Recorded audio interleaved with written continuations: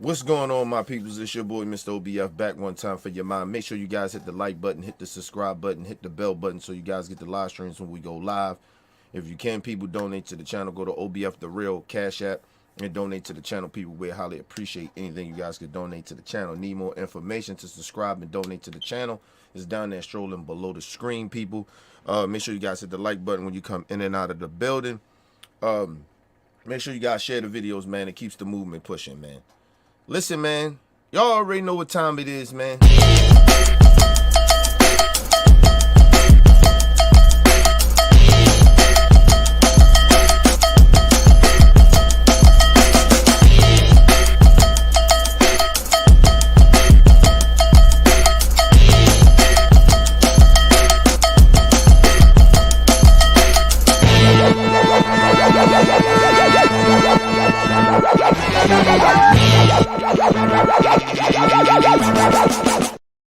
Coon alert, people. Coon alert. Goddamn coon alert. We got another one, man. Listen, man, I don't know where this woman came from. But this shit is sad, man. Listen, at this point, when it comes to sellouts, we just have to recognize that these people will do anything for fame.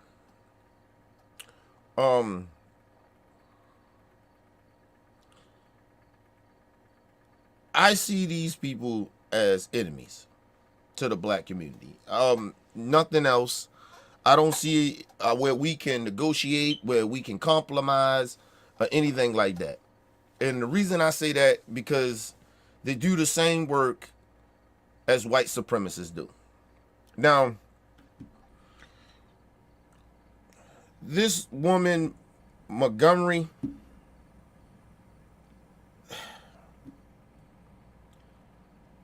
I don't know where she came from, people. But she decided to get at one of Trump rallies and shuck and jive and just be ghetto. I mean, she's a ghetto coon. I mean, I guess that's what we call them now, ghetto coons. This bitch is horrible. Just horrible. Listen, people, listen. If this shit doesn't make you ashamed, I don't know what's gonna make you. I don't know what can make you ashamed. I don't know. I don't know what can make you ashamed. But this is just shameful. But we gonna get into it, people. Oh, this shit is sad, man.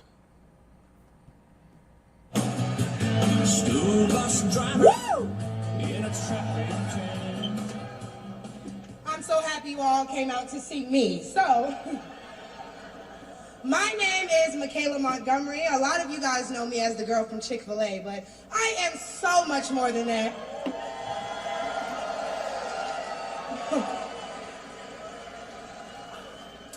Not only do I... Yo, y'all gotta see this video, man. Yo, I'm just telling you, this woman is sad, man.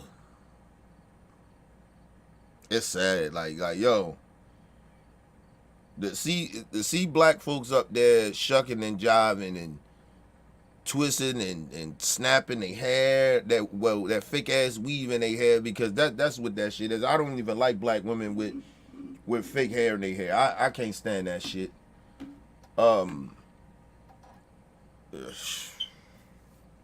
She up here just running amok, people.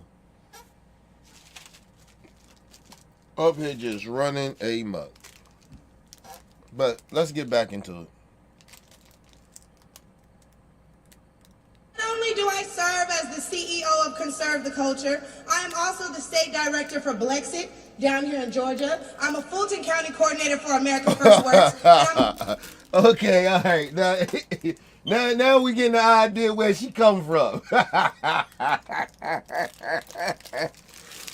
Oh, she worked for Candace Owens and shit.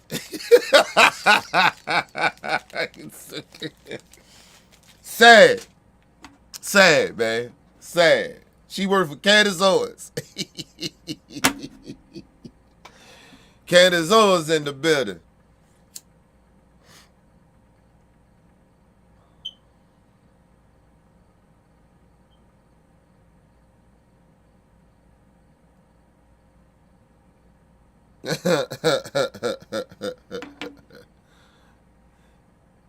Let me shout out.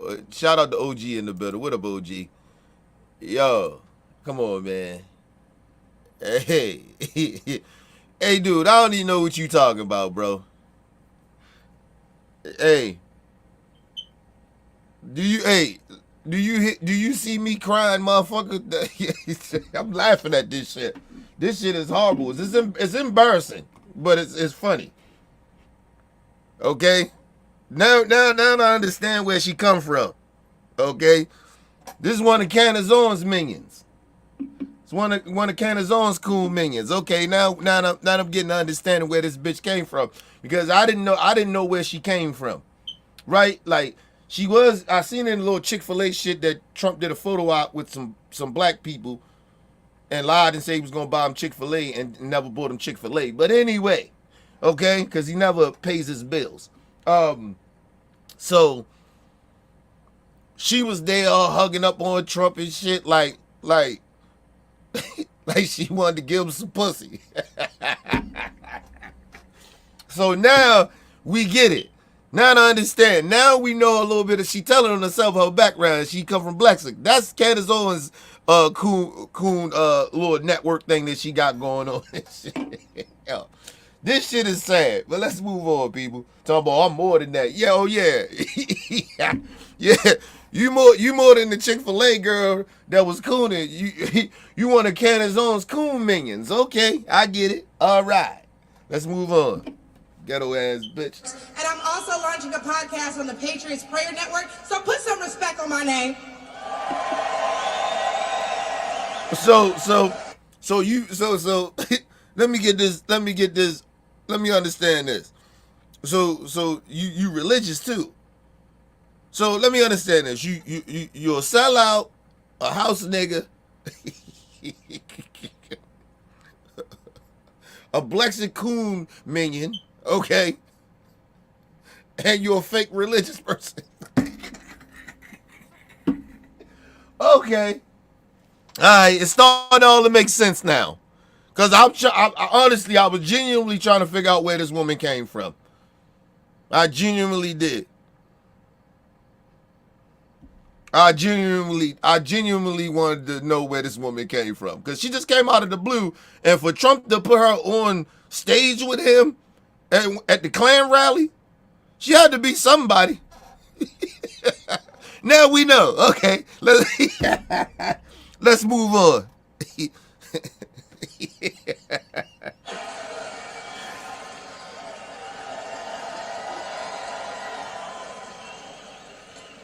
Now, why don't we jump right into it?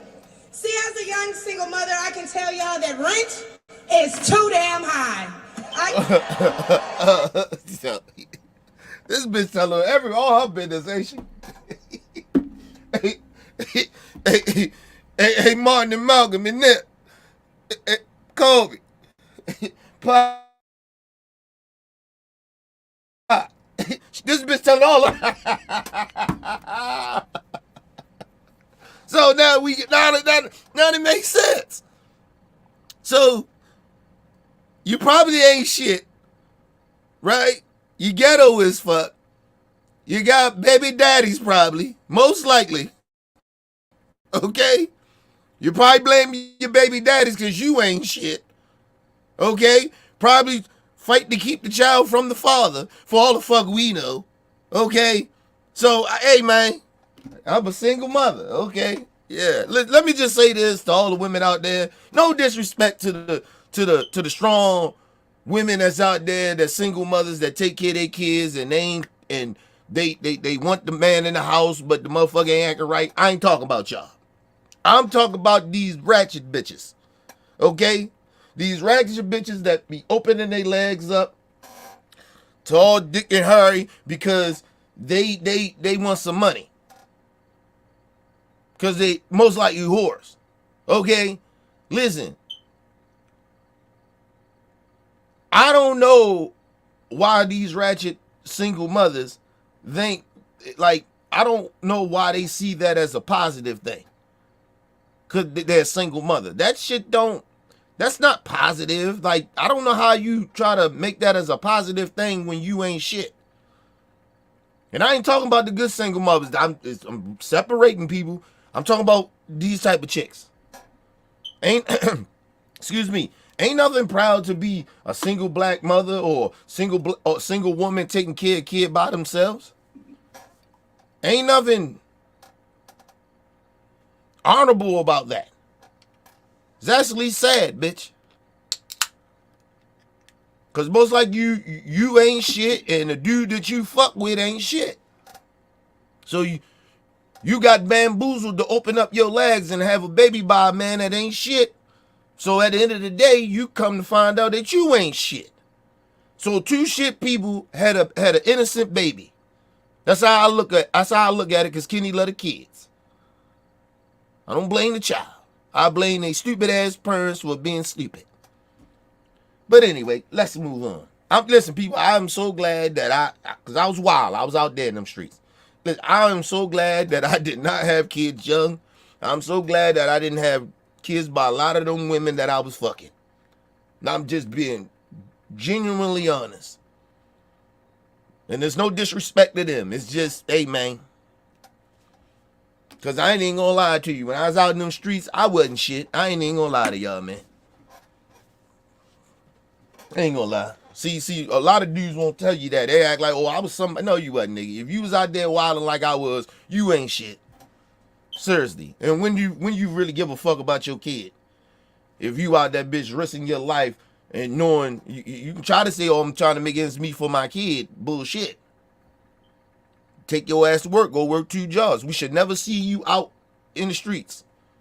We should always see your ass going to work, coming home from work. But anyway, I might have. Listen, people, listen, man. Where I was out that motherfucker, I could have had about, shit, I could have had DMX, Nick Cannon number type kids and shit out there. Like, seriously. I was out there getting it in. But thank to the big man upstairs. It wasn't in my path. It wasn't a part of my purpose. Why I'm here. To have a whole bunch of fucking kids. This is what it is. Because I wasn't shit. But let's move on.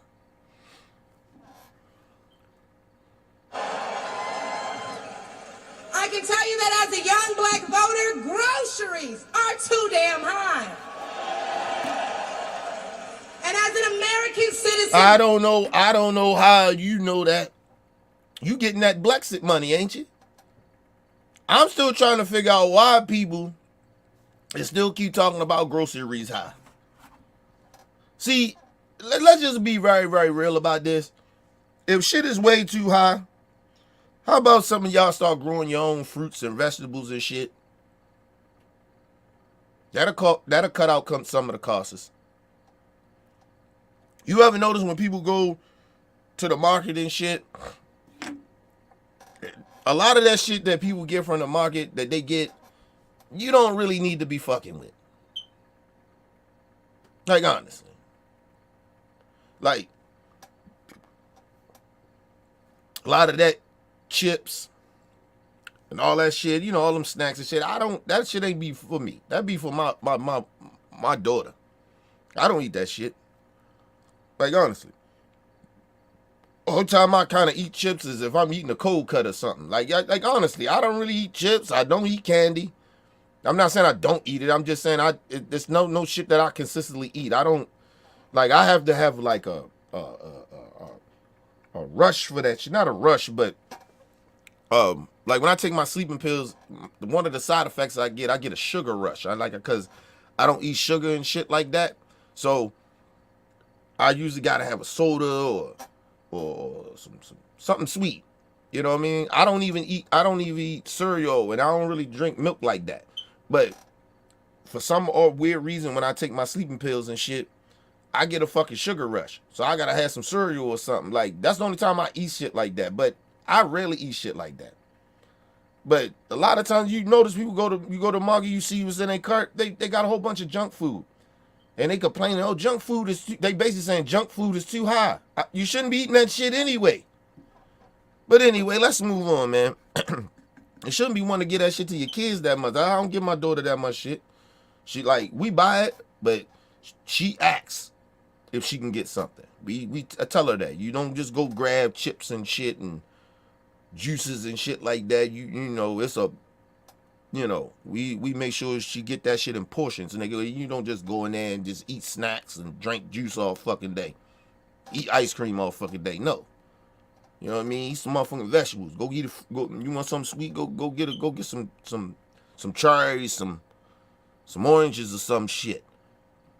But yeah, man, people just ever notice that when you go to the market and look in people's carts. Matter of fact, maybe look in your own cart and see how much fucking junk food you get more than you get food, like actually meat and shit. You get a whole bunch of fucking junk food. There ain't really no vegetables in the fucking cart. People like, it's too high. The junk food high, yeah. Fuck out of here. But anyway, and I don't know why people keep bitching, complaining about prices. It's not going to go down. Especially the market shit. I'm telling y'all that now. It may go down just a little bit. But it's not going to go down like you think. Just telling y'all that. Now, if you live in red states and they didn't raise your minimum wage, then, oop, that's your fault. That's what you voted for. So, listen, people. Yeah, we complain about prices and shit in Maryland and shit like that, but that's for the people that's actually really poor. That's out there really hurting like that. You know what I mean? But nobody really complaining about no motherfucking prices. Shit is high. It's normal to us now at this point. We keep complaining about that shit ain't going down. We working and the minimum wage get high. I tell people this all the time. If you can't afford some of this shit, I get it. But if you in the work field and the minimum wage went up for you when you get jobs, there's no way for you to be complaining about prices. The economy and the country does not work like y'all think. We make more money, but prices of shit that we want is lower. No, that's not how the economy works. That shit is like rich people getting upset that rich shit that they buy is too high. No, bro. That shit don't make any sense, man. That shit don't make no goddamn sense. Shout out to my sister Shay in the building. What up, Shay? Yeah, man, like, that shit don't make no goddamn sense. But anyway, let's move on, man. This woman is unbelievable. I can't believe this shit. Citizen, period. Seniors like my parents should never have to choose between medicine or food. It should never be the quality of life versus the quantity. Ma'am, you with a party that's trying to cut their Medicare. You with a party that's trying to cut their shit. What is going on here? I genuinely listen to people of what comes out of their mouth. Because I don't want to jump on your ass for no apparent reason. Right? Like, just to be mean and rude. Look, I'm already a little rude, but I don't want to be intentionally doing that, right? I'm just rude. It's just a part of my personality. I'm a little rude, right? But I don't intentionally try to be rude, right? Unless I tell you I'm trying to, right? You're with a party that's trying to take Medicare away from your parents.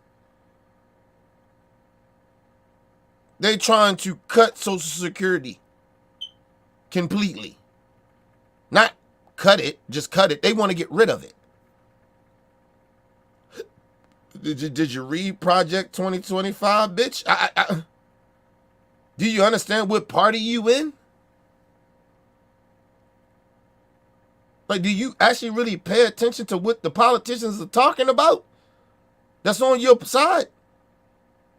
I mean, the side that you ran to?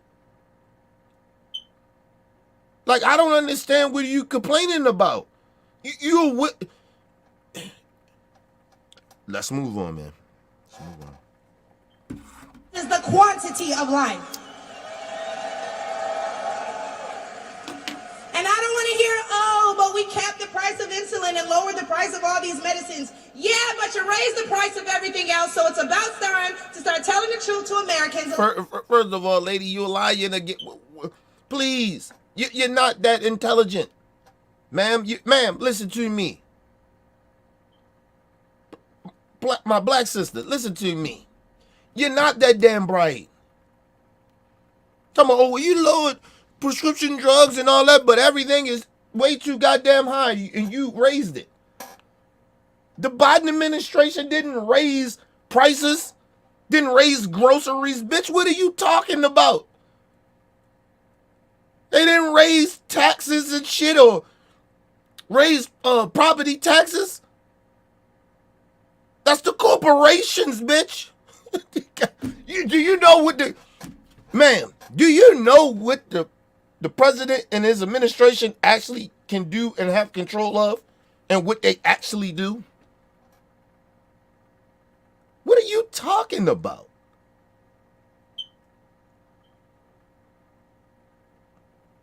They didn't raise the grocery prices.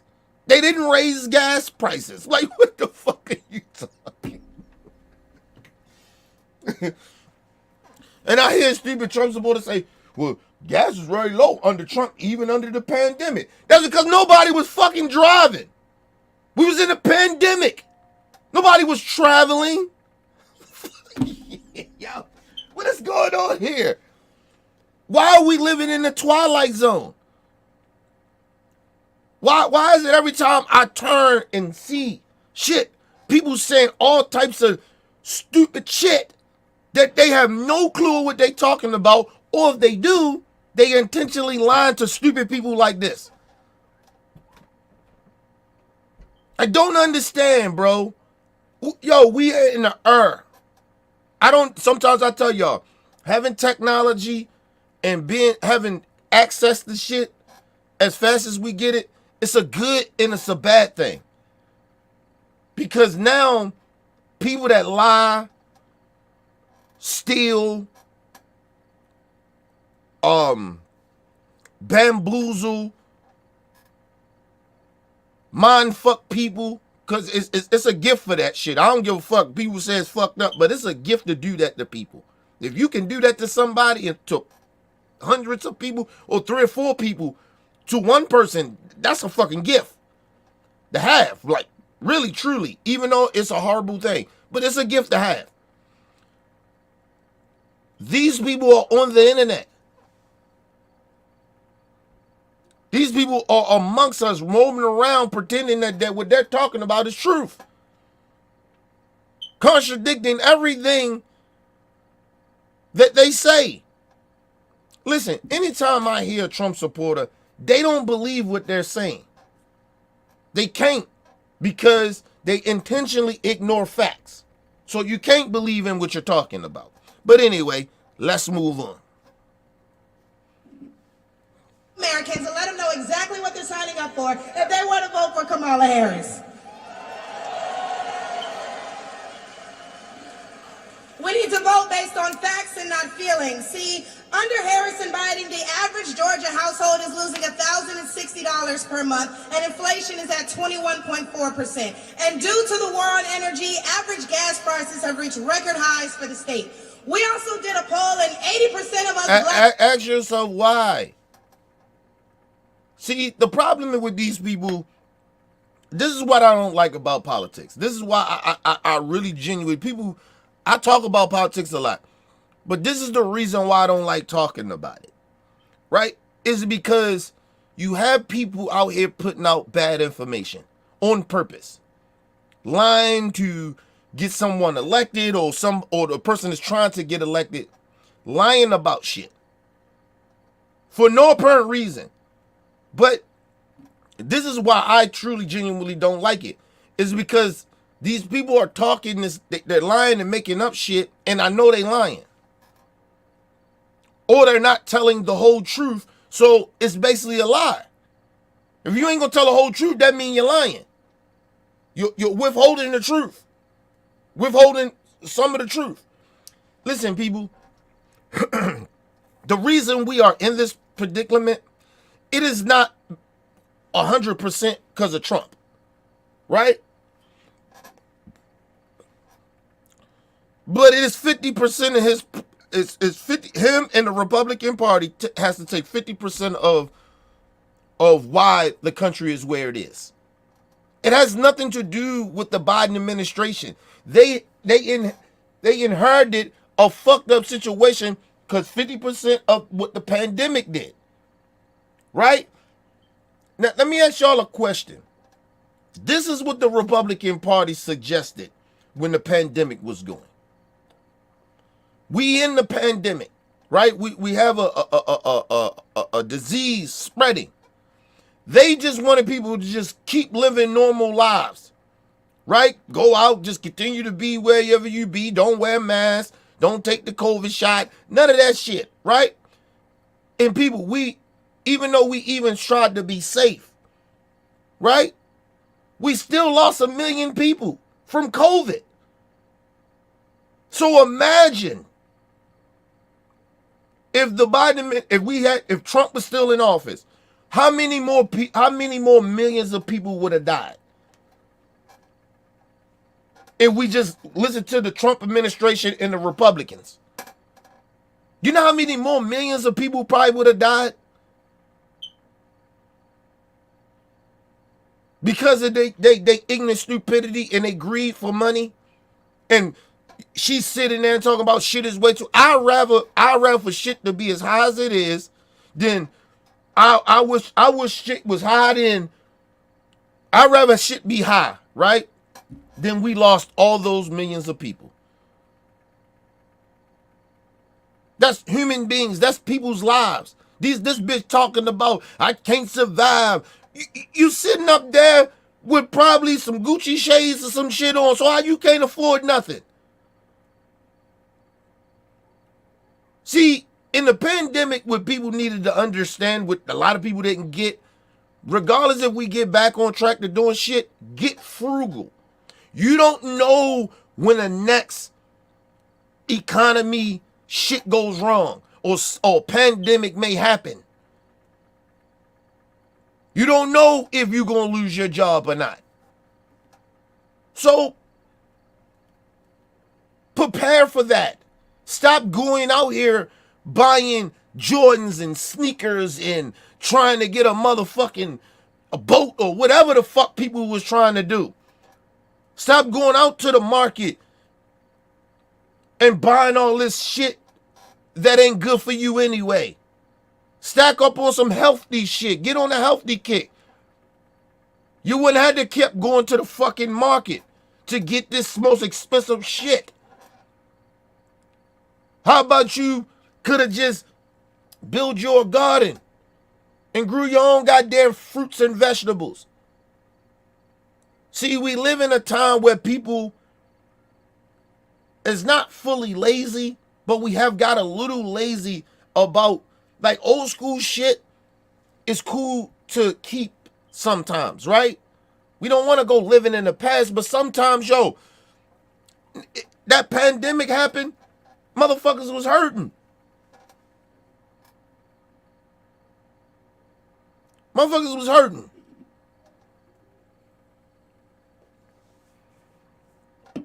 Imagine a lot of people, you couldn't even get into the hospital, people, without calling. That's how bad shit was.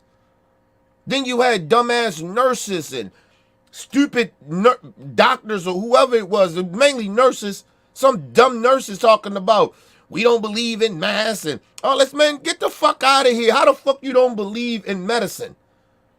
I don't want you to believe in diseases and you work in a fucking hospital with diseases all the fucking time. That shit didn't even make any sense. Why the fuck are you even in that field? My religious belief. Well, your religious beliefs is stupid. Because millions of people died. And it was prevented. But you motherfuckers like that decided to be anti this, anti that. I'm gonna say this once again. It is not the rest of our fault because y'all stopped believing in the country. Because you're upset that you're upset that we're welcoming on the other side of you ignorant motherfuckers. We welcoming all peoples other than your racist bigoted ass. We don't like y'all. Y'all don't like us. We don't like y'all. See, this is what it is. We ain't bigoted. We ain't racist. We ain't anti-Semitic over this way. You motherfuckers are all that, and you're mad because we don't like that shit. Which is bad shit.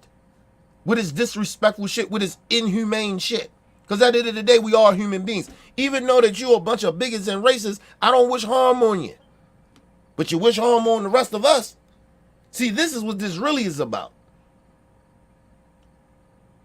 And then you let these dumbass politicians tell you it's about, oh, it's DEI. These people ain't qualified. You see all these black people or minorities or these women in excuse me, in big positions, they ain't deserve to be there. And the whole time, a lot of them don't even deserve to be there. They're actually lying on the people that's actually in these positions. It's all reflection. They know that they're not really that qualified to be there. Let's move on, man.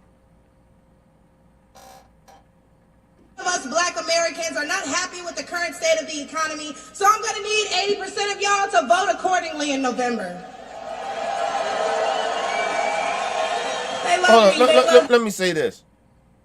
For you not, this dude in the chat, for you not to like me, you awfully keep coming to my goddamn channel. If I don't like somebody, I don't watch their shit and I don't fuck with them. So, hey man, you're lying. You actually like me. Because your life ain't shit. And so you got to come over here to insult me to make yourself feel better about yourself. But anyway, let's move on. They love me. They really love me. The left wants you to get in your feelings. And that's all it's about with this ignorant bitch. You want them racists to like you. You want somebody to like you. Listen, people, I'm not saying you're supposed to care about, you shouldn't care about people not liking you or accepting you. I'm not saying that. But it should not be a high percentage of that, right? Like, my percentage of it, it's about 80-20. Like, 80%, I don't really give a fuck if people like me or care about me or not. Like, I really genuinely don't.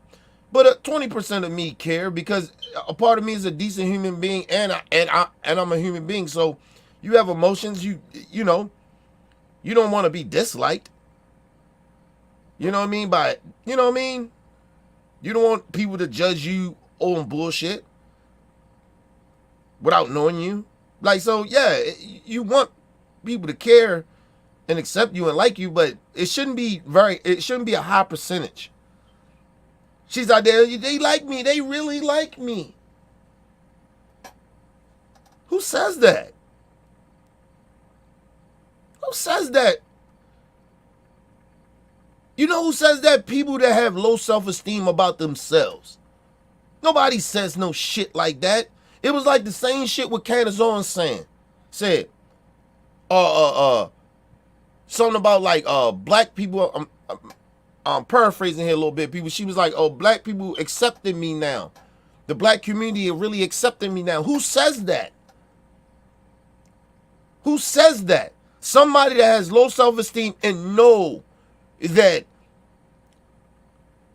they're not liked. They are aware, but they have low self-esteem.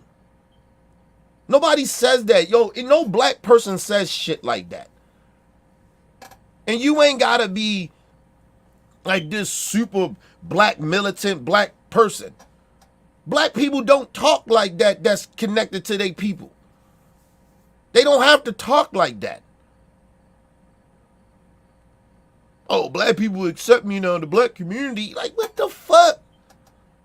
I would never speak like that. Oh, the black community fuck with me. Like, you know what I mean? They fucking with me now. No. I don't have to say that. You know why? Because when I run into black folks, if it's respect level is that we speak and we talk, that's how that goes. We don't have to agree on every fucking thing, but God damn it, we respect each other.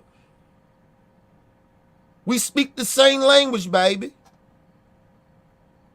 It ain't none of this shit. I got to prove that I'm black because I can quote a Fresh Prince of Bel-Air,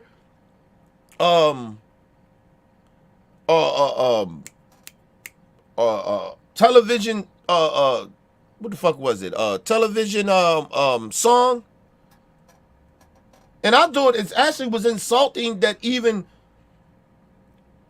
the Breakfast Club and Charlamagne the God was even asking her to do that shit.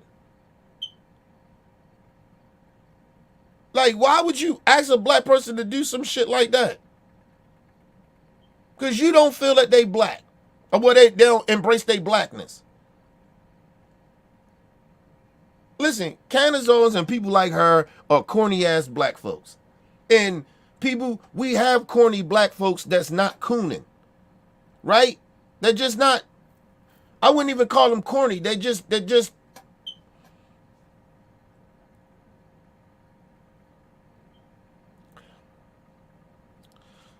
I'm trying to use a good word to describe certain black folks that's not really like, and like I said, a lot of black folks don't grow up in black culture really like that, right? Like they don't grow up around a whole bunch of black people, and it's okay, it's fine, because I like that some black people grow up in other people's cultures and stuff like that and experience other cultures. It's okay for that. I think a lot of us need to want to accept that as well.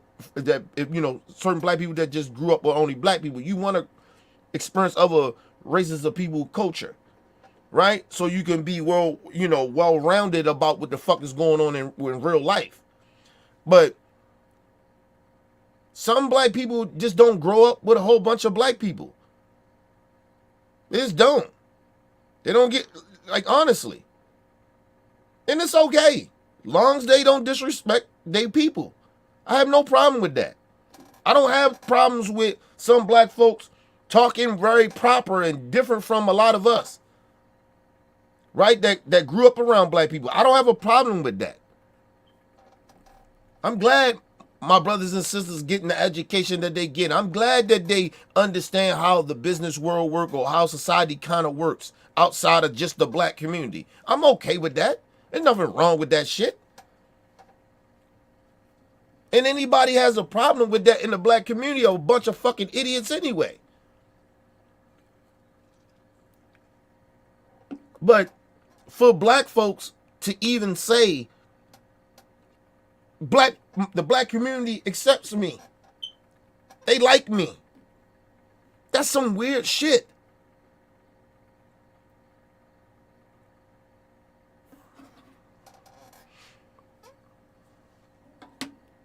Let's move on. Feelings about things that have been said, but I want you guys to pay attention to what has been done. They don't want to talk policy. They just want to use propaganda to steal your vote. The left is trying to tout this woman as a savior for the black community, but all she's done is hurt the black community since she... Actually, I'm not toting Kalama Harris, Vice President Harris, for the savior for black folks. I don't know what the fuck you talking about, bitch. I look at her running for president and her running mate is to save America, like black people usually always do. We always got to come save the stupids before they self-destruct themselves. It happens over and over again. This shit it's like a routine for me. I done seen it a lot. I know the history of this shit. Listen, she ain't the savior for black people. Listen, a lot of black people don't really rock with Vice President Harris like that. But we be damn if we let racists disrespect her. She one of us. She don't deny that she's one of us. She doesn't do this shucking and jiving shit. Listen, I don't like everything that she does, even though she's on the left. I don't like everything on the left. But, hey, man, you're talking about oranges and apples here. You're talking about a rotten apple over here on the motherfucking right. These motherfuckers are rotten. And you're talking about a fresh, grown orange that's just trying to get better. I don't see what the fuck the problem is. Why we can't comprehend that. I am not fucking with racists. I am not doing that. I don't know why these coon-ass black people over here with Trump. I don't understand it. It is no way impossible. You cannot make me hate the left that much to fuck with the right. That actually genuinely says hurtful shit to black folks and other minority people. When the right tells us, imagine this, people. Imagine what the right is telling you. They're telling you that you're not qualified to be in positions because of the Civil Rights Act, affirmative action, DEI. Like you didn't work hard to get where the fuck you at when you get a position in this country. You didn't work hard to get there.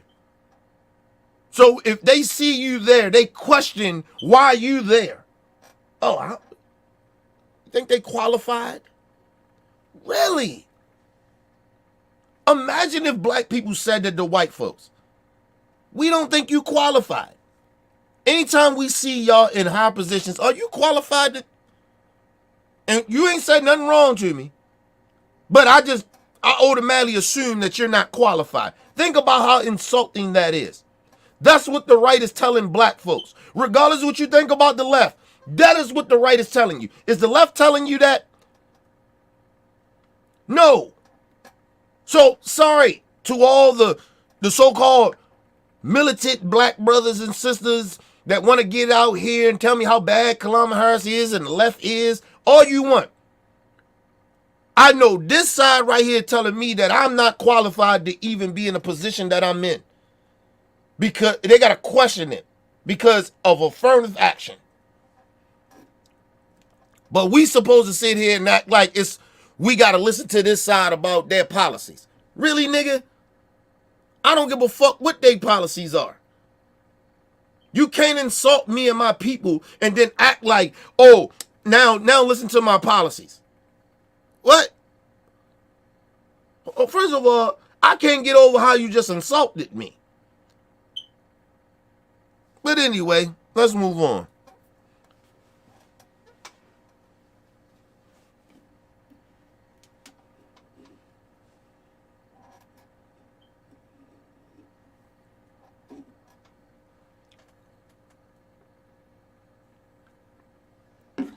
Listen, we always, as black people in the history of this country, has always showed up to save this fucking country. Even when we ain't have rights, we still fought in all the wars.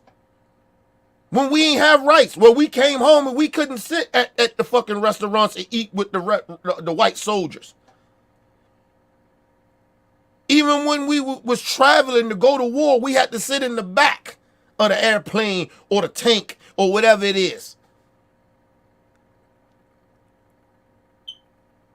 Or the truck. We always got mistreated. But we always there to help save this fucked up country that says they hate us. Think about that.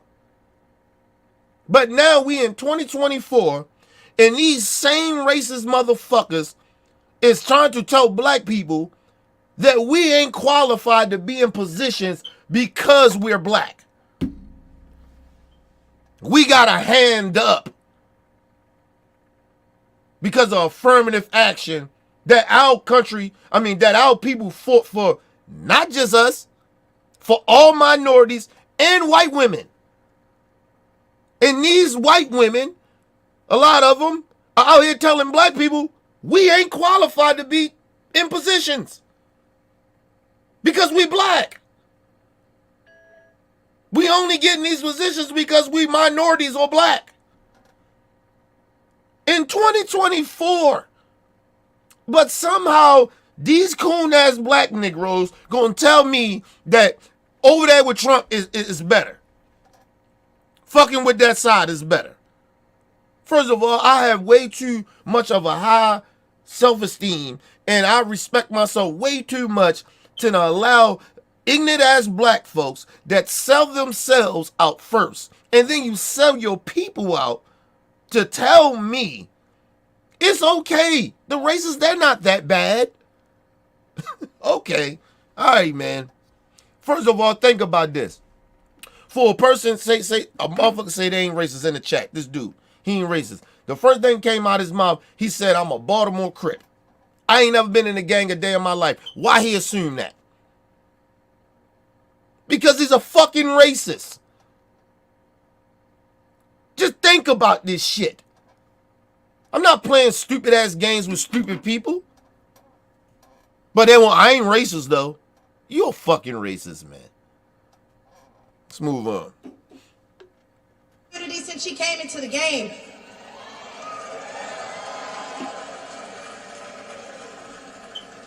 See, the first step in destroying the black community is to dismantle the black family. So aside from her record as a prosecutor, why don't we ask Mrs. Willie Brown if Kamala Harris cares about black families?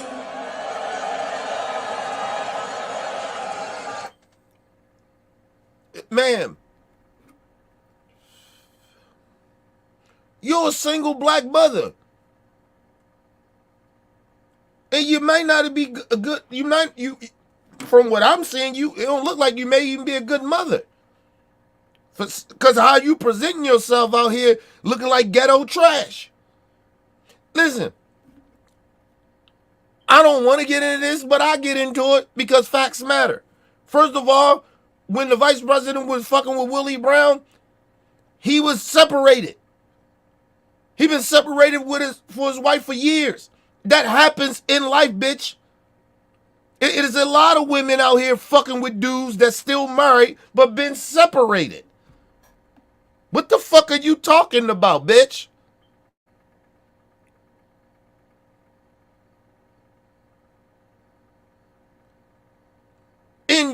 And for you as a black woman to sit here and basically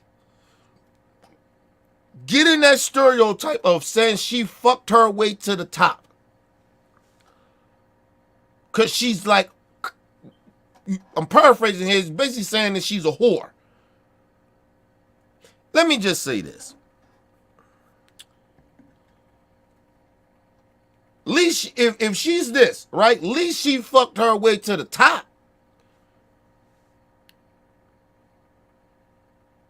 You ain't giving no pussy up, and you still ain't shit. You a sellout coon tap dancing at a Klan rally for Trump. But somehow, you acting like you better. She's the fucking vice president of the United States of America. If she was giving up that pussy, oh well. Oh well, at least she accomplished some shit. You sitting there ain't gave up no pussy. Shucking and jiving, humiliating yourself at a Klan rally, and we only know you for cooning. We don't know nothing. Talking about she the organization of the Blexit. Bitch, don't nobody from the black community fuck with Blexit, but coon ass black motherfuckers like you. I thought it wasn't about race. Why is there so many goddamn black folks in that one little coon ass organization? Why ain't no white people in there? Oh, I'm sorry, they is. They run that shit.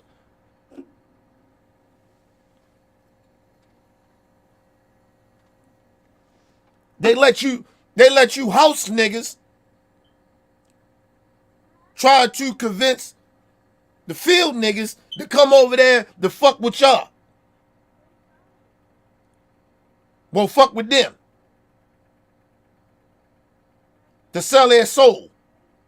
Listen, people, she can say all that motherfucking stupidity shit all she want to say about Vice President Harris. Fine.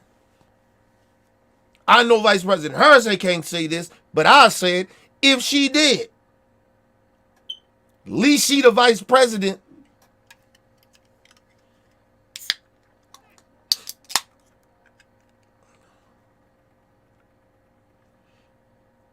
How about Melania Trump?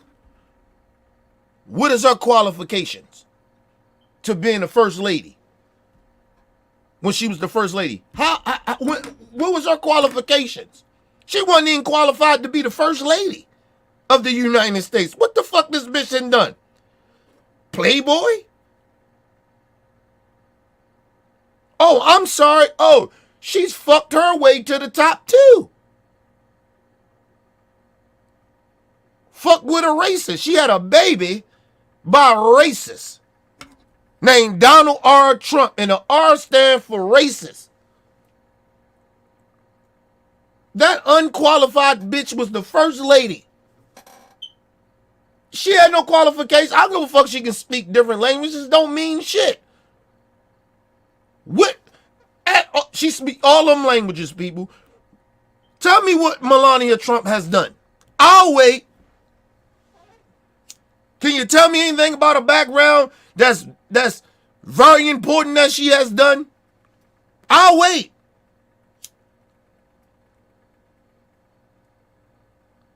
All they can say is the bitch speak different languages, but the bitch barely can speak English. Get the fuck out of here. Get the fuck out of here, man. I'll take Vice President Harris' resume every day of the goddamn week over Melania Trump. Fuck are we talking about here? Unqualified whores that just marry rich niggas that wind up being the motherfucking first lady of the United States because she didn't hoard her away. She was at the Epstein shit. That's how she met Trump. That sex trafficker. That's how she met Trump. One of them Jeff Epstein parties, nigga. What are we talking about?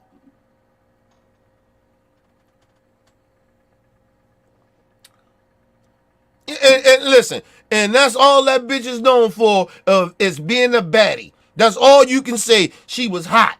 She was a model. Bitch, that don't take skills to be a goddamn model. It don't take no motherfucking skills to walk around in lingerie. It ain't a skill. You just gotta be pretty. That's it.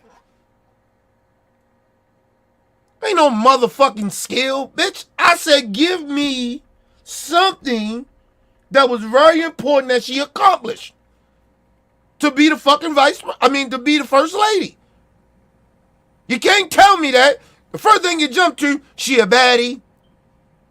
She was a supermodel. Fuck. Shit, we got Instagram models out here. What the fuck that mean? Motherfuckers don't even gotta work out no more to get good bodies. What are you talking about? Fuck are you talking about? No, there ain't no fucking skill. There ain't no accomplishment. Sorry. No disrespect to the models like that. I don't want to disrespect models. But come on, man. Let's move on, man.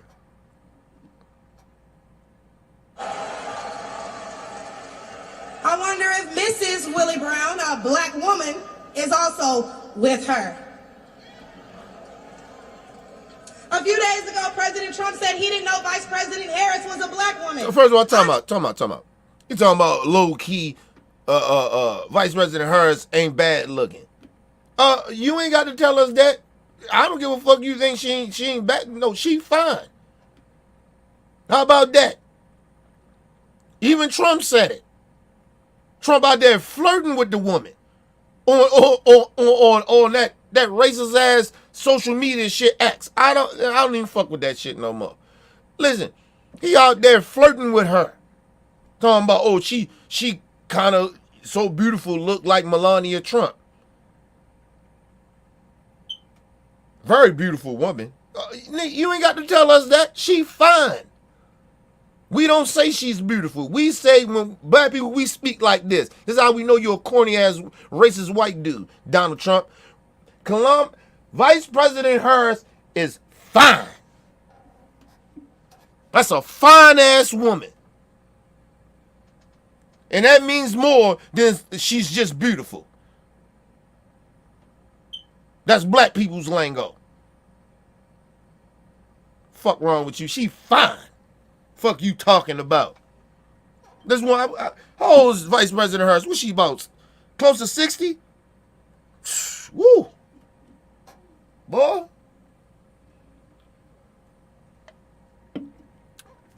Man, come on, man.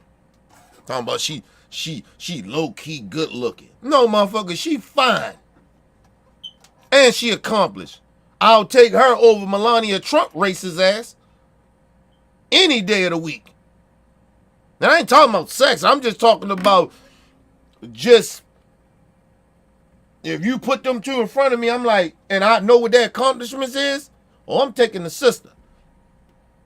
Fuck out of here. Nigga talking about good looking. No, she fine. Fuck are you talking about?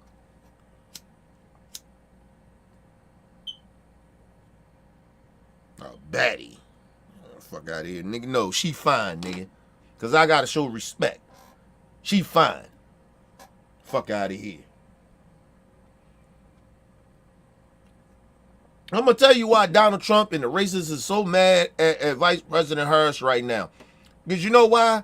Because she ain't out here looming and dooming everybody. Oh my God, the country is so fucked up. It's so bad out here.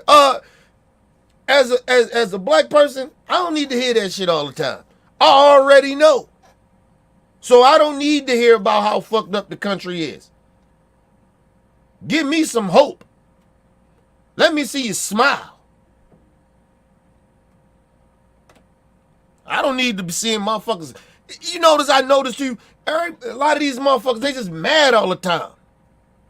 Just mad. Fuck are you mad about? You still breathing, ain't you? Glooming and dooming. The border, they're coming over here. They invading the country. Oh, the transgenders out here. Oh, we're scared of them. They're trying to take away our guns. Oh, they're trying to silence our racism. We have the First Amendment to be racist and say hurtful things. We don't like DEI. That's not fair. Those black people should not be there. I guarantee they DEI. They DEI. They DEI out there. Look at her. She don't supposed to be there. I ain't supposed to be there. Because I'm white. That's how y'all sound. Like a bunch of bitches. Shut the fuck up. You vote for y'all to be fucked up. That's why I tell black folks, this ain't the time to be doing all that bullshit. We voting to save what Martin Luther King and our ancestors and our ancestors that were slaves been fighting for hundreds of years. These motherfuckers are trying to take us back. That's what we're voting for. This ain't about policies. One side is trying to get us back to being slaves, and so where they can disrespect us anytime they want to. They're showing you right now what they're going to do if they get power. They're going to say, you don't deserve to be in that position because you black. I'm white, I deserve it. That's what that DEI shit is to them. And that's what they're telling you. So miss me with some of you coon ass niggas and sitting out here questioning, oh, Clemmer, she did this thing. She was a prosecutor, nigga. What the fuck was she supposed to do? Not prosecute black people that was doing crimes? And I got some shit coming up with this goofy ass nigga that talked about she was laughing while he was getting sentenced. Which was a lie. You shouldn't have been out committing crimes, nigga. I'm very sick of niggas if you're out committing crimes. That's why everything that happened to me, I got locked up, shootouts, all that shit, almost close to death. Nigga, that shit was supposed to happen. Because you know why? Because I was out doing stupid shit. You know when I stopped getting shot at? You know when I stopped feeling like I was, I wasn't as paranoid and fearing for my life and shit like that? When I stopped committing crimes, nigga. Sick of niggas, man. Sick of some of you niggas. You motherfuckers just don't get it. And this ain't just a young thing. This is old. Some old motherfuckers saying shit like that. Man, shut your stupid asses up. Nobody gives a fuck about that bullshit right now. Let's talk about that shit later. This is not the time for you niggas to be giving your fake grievances. I tried to tell half of these motherfuckers is the same motherfuckers that voted for Biden when I was sitting out here and I told them not to vote for Biden. They didn't listen. So now they out this bitch, bitching and complaining. Oh, she ain't this and she ain't that. You voted for her. You voted for her then. Fuck out of here. You voted for her then.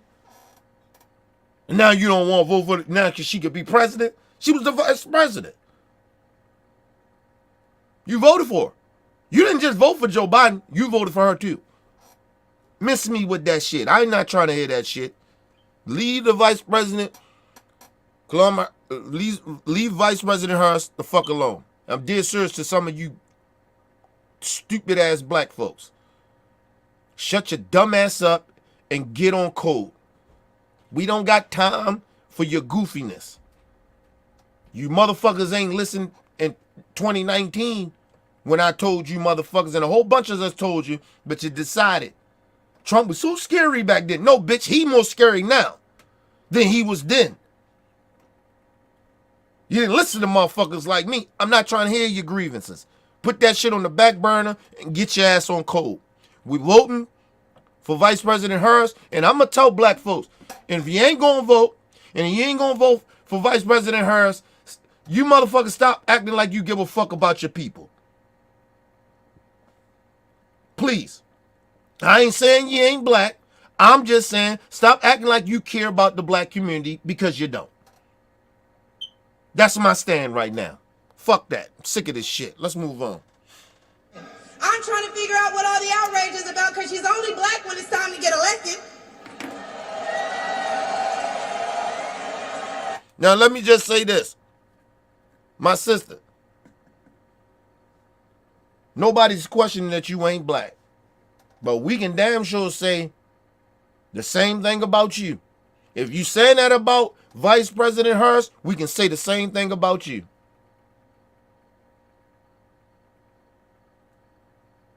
Because no respectable, decent black person to get up there and make a fool at themselves at a Klan rally. At a fucking Klan rally. Because that's all it is. I don't give a fuck they try to sprinkle black people in there in the backgrounds when they do these rallies. Go look, when they turn that camera around, look in the crowd. The Klan is in the back. Cheering on.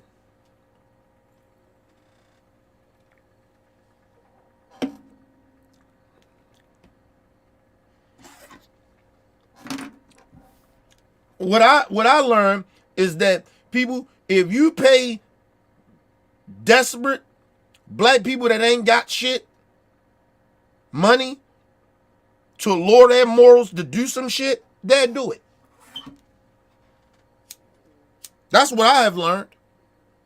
So when I see black people in the crowds at the Klan rallies with Trump, look at these niggas.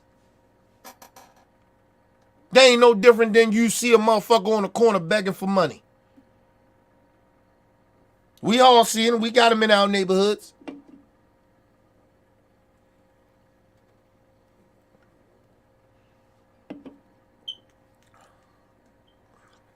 You know what's so bad? What I've seen, because it ain't just a black thing. I've seen Mexicans, Muslims, white people, everybody out there. When you driving and shit, and you see people out there with signs and shit, I've seen all races of people. That let me know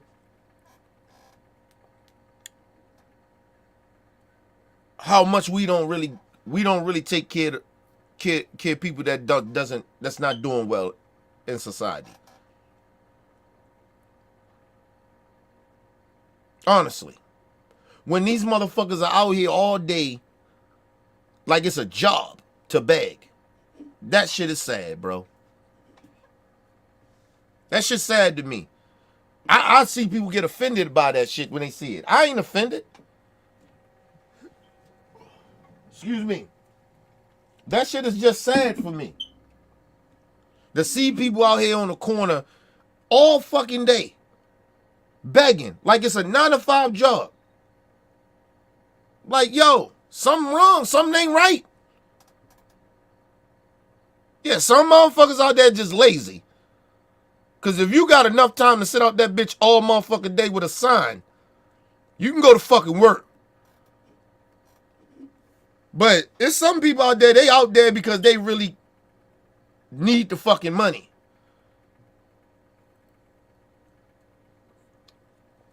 I never understood that, bro.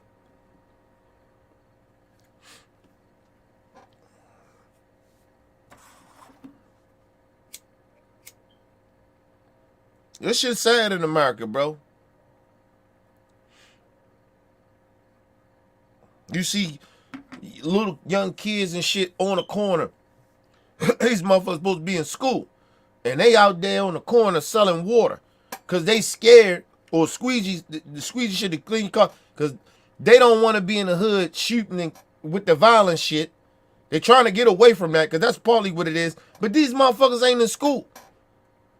They missing education because they need to make some money because they living in fucked up certain circumstances. You got to think about shit like that. That's how fucked up this country is. But this party is over here talking about we want to make it even worse. And if you poor, we're going to lock you up. We're going to put you in jail. To make more money off of homeless people that ain't got shit. They want to lock him up to make more money. Think about what they're talking about. Anyway, let's move on, man. Did I lie?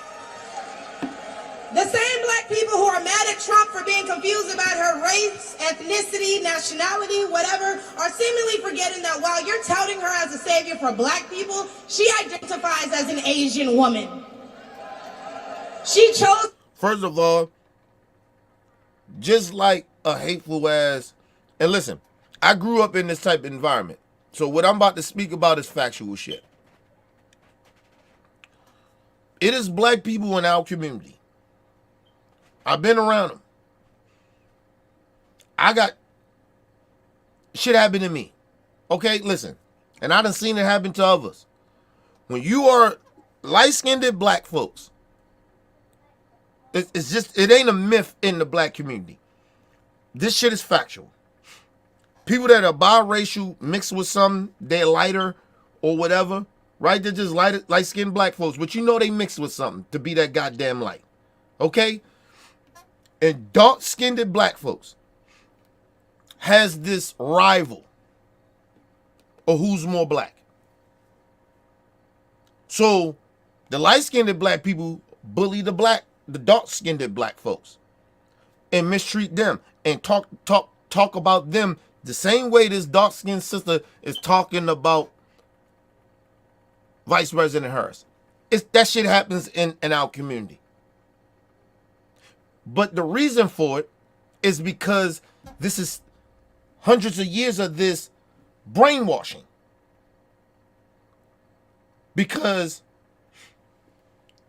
even back then in slavery, they used to do the same shit. If you was light-skinned, you was more trusted to be around the white folks. If you was dark-skinned, you was a threat to the white folks. That's why you was a field nigga. And anytime the light-skinned person stick up for the dark-skinned black people, that person was a threat to white people. So they was field niggas. See how that goes?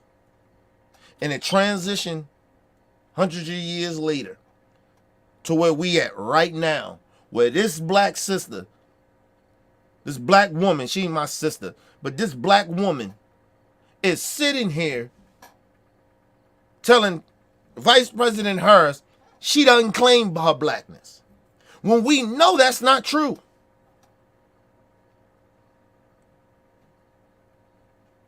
But that's the talking point. That's the white supremacist racist talking point. Yo, think about how diabolical this is. The racist has took a dark-skinned black woman to question a mixed race black woman about her race. People, that ain't new. It's not new what you're hearing and what you're seeing going on. That when Trump said what he said, she never said that she was black. I didn't even know she was black. That was all that's in the racist white supremacist playbook to do the black, dark-skinned black people and light-skinned black folks. They do it all the time. I mean, they have been doing it all the time. This ain't new. Listen, this is how fucked up black folks are. A lot of us. We are institutionalized by white supremacy. And we don't even recognize the shit. That's why I don't, even though you cooning, you doing everything you doing, I don't question that you black. You black. Because I see you black, motherfucker. And I know them racist white motherfuckers see your black ass, too, as well. But when I tell you you ain't a part of the black community, that's what the fuck I mean. You don't represent us. These are facts. But I ain't questioning that you ain't black.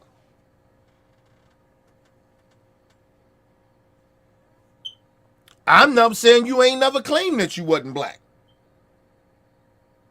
All I'm saying is you show more disdain for your own than the racist. That's all I'm saying. You got all this bad shit to say about the people that look like you, acting like even the black people that's doing well that you just disagree with ideology with, they ain't shit. Call them horrible people. Okay, cool. Listen, my people, what this black woman is doing at this Klan rally and what she's saying is not nothing new. I just want y'all to understand that. Don't be so shocked. Be appalled, but don't be shocked. This shit happens all the time in the black community. We've been institutionalized by white supremacy for a long motherfucking time now. This ain't new. And for Trump to say what he said, that ain't new. Might have been shocking to some of you Negroes, but it wasn't shocking to me. A racist says this. When they're trying to control black folks and turn black folks against each other, which they have been doing for hundreds of years, that ain't new to me. I didn't watch this shit happen.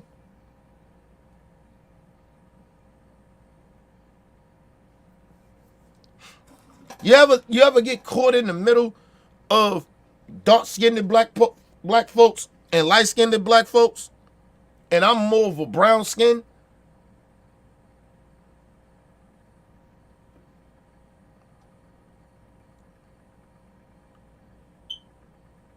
that's weird, bro. Like, but that shit happened to me.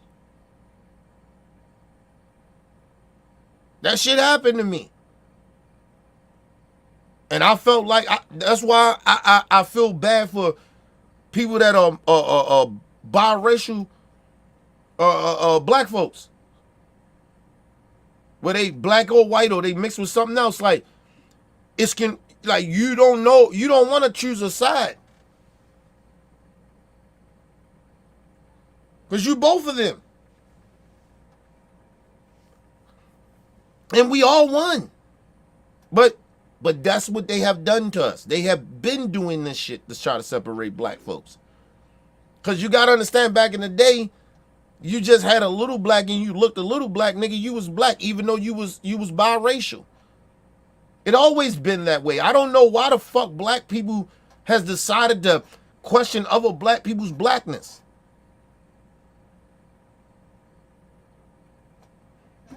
Let's move on. So let me explain to you. This sister's gonna sit here and pretend that she's more blacker than Vice President Harris. Cause she ratchet. She a single mama. She got a baby daddy. And she act ghetto as a bitch.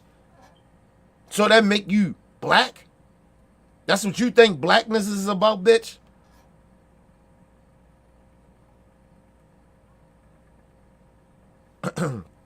These white supremacists got her fucked up.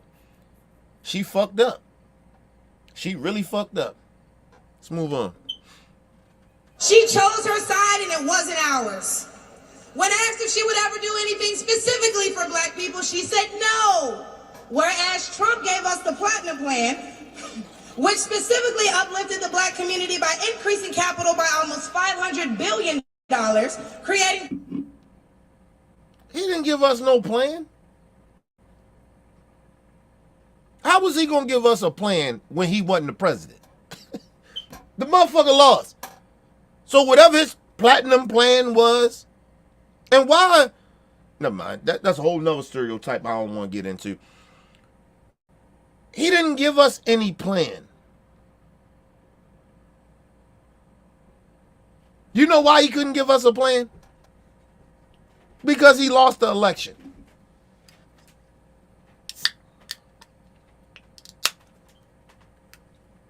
What we talking about here? What we talking about here, people? Let me shout out to people. I'm missing shit.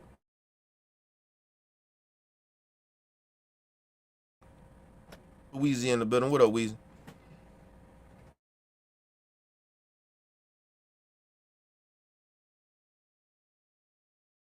What's up?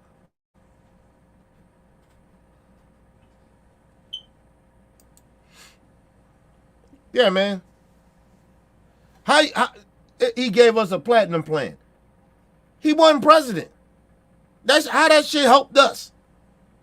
How the platinum plan help us and he ain't the president? It's all lies. It's just never mind. Let's move on. This is what I'm saying. Listen, this is the bad part about what Trump and the right wing is doing. They put the most ignorant, self-loathing black people in front of the camera to try to act like these are the people. They our people. They not our people. They look like us, but they're not our people. We don't fuck with them. And they act like, oh, they represent. No, they don't represent me. None of this shit this bitch talking about represent anything how I am. And I ain't a Democrat. So she can't say, oh, you with the leftists. No. You don't represent my people. I'm about my people first, bitch. It seems like you about you first. You ain't about our people first. You don't put our people first. You put yourself above our people. speaking that ignorant nonsense white supremacy talking points, bitch. But anyway, let's move on. Creating 500,000 new black businesses and would give black churches the ability to fight for federal resources for their communities. So why do white people be on Fox News mad at Vice President Harris for trying to help out black farmers then? So Trump got this plan that she says it helps out black owned businesses and all that other shit. Right? But you got a problem with the right wing, the side that you riding with, the racists, got a problem with Vice President Harris and Joe Biden administration helping out black farmers. These are facts. I ain't making this shit up. But this bitch is sitting out here acting like she's on the right side of the truth of what's going on. You on the wrong side, bitch. You don't know what the fuck I'm sorry, you up there to get a check. I get it. You want to be famous like one of them whore ass Instagram models. Okay, cool. Fuck out of here, man. How you take this goofy bitch serious?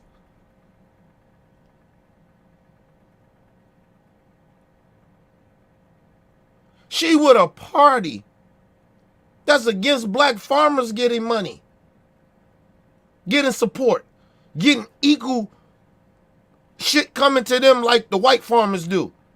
She with a party like that, but then this bitch is telling us what Trump is about. Giving black folks opportunities. It doesn't make any... Think about it. DEI. Ain't that DEI? Ain't that what Trump doing? DEI ain't doing DEI. Giving all these opportunities. He don't know if these people are qualified. He don't know about these black people qualified.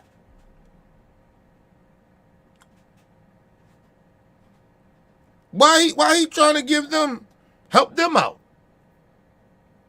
See, I told you, their logic don't make no sense. Fuck the policies. Their logic don't make sense. They contradict themselves all the time. You're mad at the left for the same shit that you're trying to do with black folks. Well, you say you're trying to do for black folks, but you're mad at them. You mad at the left for the same shit you accuse them of doing. You trying to do the same exact shit. Or you offering. Okay, let's move on. DEI, people. What she just said was DEI. Because I'm going off their narrative. Not the real narrative. I'm going off their narrative when it comes to DEI, the definition of it. That's DEI, people. Let's move on. She said some DEI shit. DEI shit. And why are we acting like strong borders aren't a thing literally everywhere else in the world? Since when has being patriotic been a crime? See, a few weeks ago at the debate, Trump mentioned black jobs. And a lot of people... Let me say this. First of all, you can't be... It was this black dude, and I may find this clip. It was a black dude that served in the military. And he broke down what being patriotic means. And I'm paraphrasing a little bit because I want the brother to speak this shit, right? Hopefully I can find this clip next after this, maybe. And he said that if you haven't sacrificed, he's like, if anybody can go out and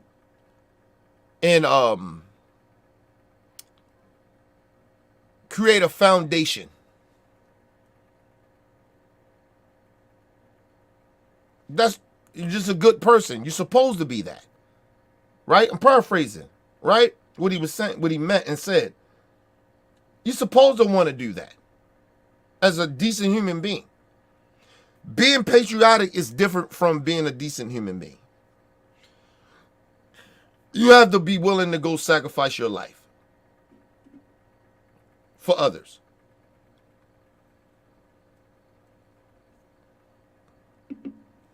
Put yourself in harm's way to sacrifice your life for people that you don't know and don't agree with. That's why I tell people at the end of the day, if you ain't a racist military person, because I still don't fuck with racist military people. I don't give a fuck what they say they sacrifice. I don't care. They're still a racist. So they don't count. But the military, the fire department, the ones that ain't racist, the motherfuckers that ain't racist, I ain't talking about you. Even the good police, the motherfuckers that actually willing to sacrifice their life for people they don't know, they are real patriots. The rest of us that regular us, nigga, we just, if we doing good shit, we being good human beings, we supposed to be that. That ain't sacrifice, nigga. That is something that you supposed to do. It should be in you to do. That's not a patriot. And I actually agree with the brother. That shit makes more sense than what the fuck these motherfuckers talking about. Talking about they patriots. The patriots the what? You ain't sacrificing shit. None of us really genuinely are.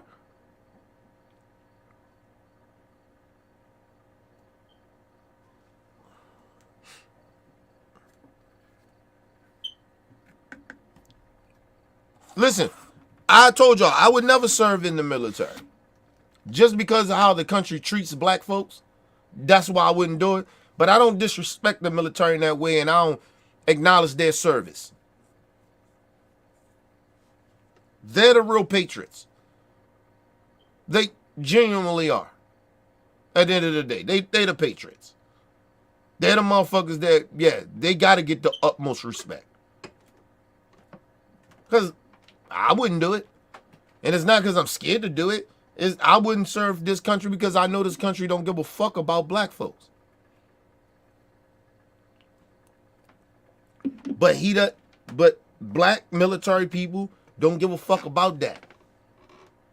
They really genuinely care about other people regardless of those people. They're better than me. That's why they're patriots and I'm not. So my respect and my hat is saluted to the people that serve this country. Always that.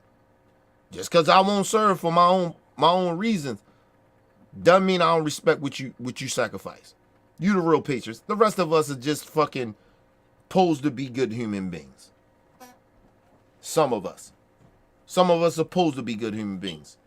Fuck out here with the rest of that shit. People sitting out here with that bullshit. No motherfucking patriot. How the fuck you a patriot and you ain't sacrificing nothing?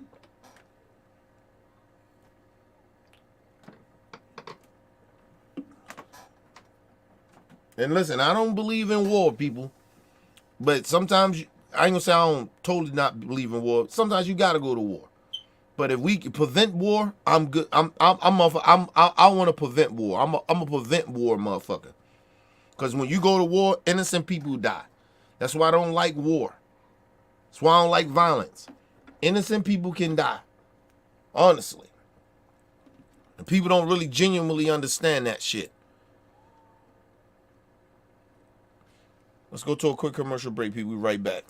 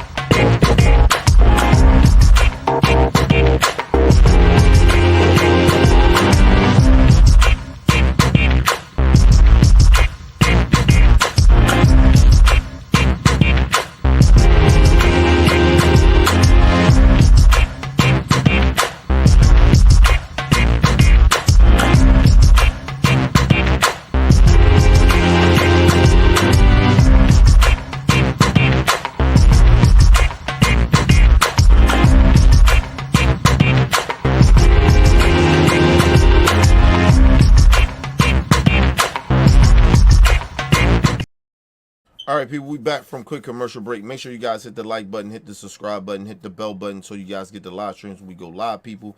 And if you can, donate to the channel, people. Go to OBF The Real Cash App and donate to the channel, people. We highly appreciate anything you guys could donate to the channel.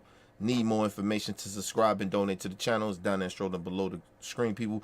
Make sure you guys hit the like button when you come in and out of the building, people. Make sure you guys share the videos, man. It keeps the movement pushing, people. All right, let's get back into this bullshit. This woman is unbelievable. A lot of people got in an uproar as if they didn't know what he meant. Well, we go to the polls and cast our black vote. We go to the stores and spend our black dollar. We live in our black community, but for whatever reason, we draw the line at a black job.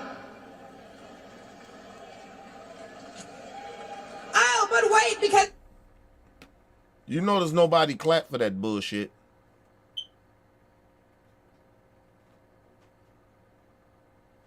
Listen,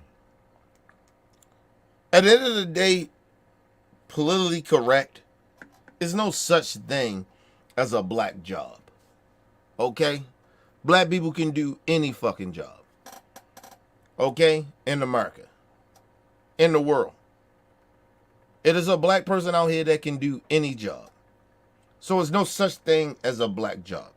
Now, listen. With the right wing mean, what Trump means of that is low paying, working at burger shops, working at these corporations where they mistreat black people in warehouses and shit like that in corporations. They are black jobs. But realistically, it's no such thing as black jobs. But that's what Trump means. It's racist as fuck. It's bigoted as fuck. But it's insulting. But that's what he means. Now, let me get y'all to really genuinely understand this. If a black person don't own a farm, we don't work at farms. We don't work in the field. It is very, very rare that you see black people working in the field that a white person's own. And I'm just talking about fruits and shit where they growing fruits. They not growing cotton and shit, but it's just, nigga, it's a flashback. It's like some shit. Ooh. Like, you get what I mean? But let's just be real. Black people don't work in fields, nigga. We're not doing that. Okay? They're not black jobs. Listen, people, I don't know black people that work in fields unless they own them.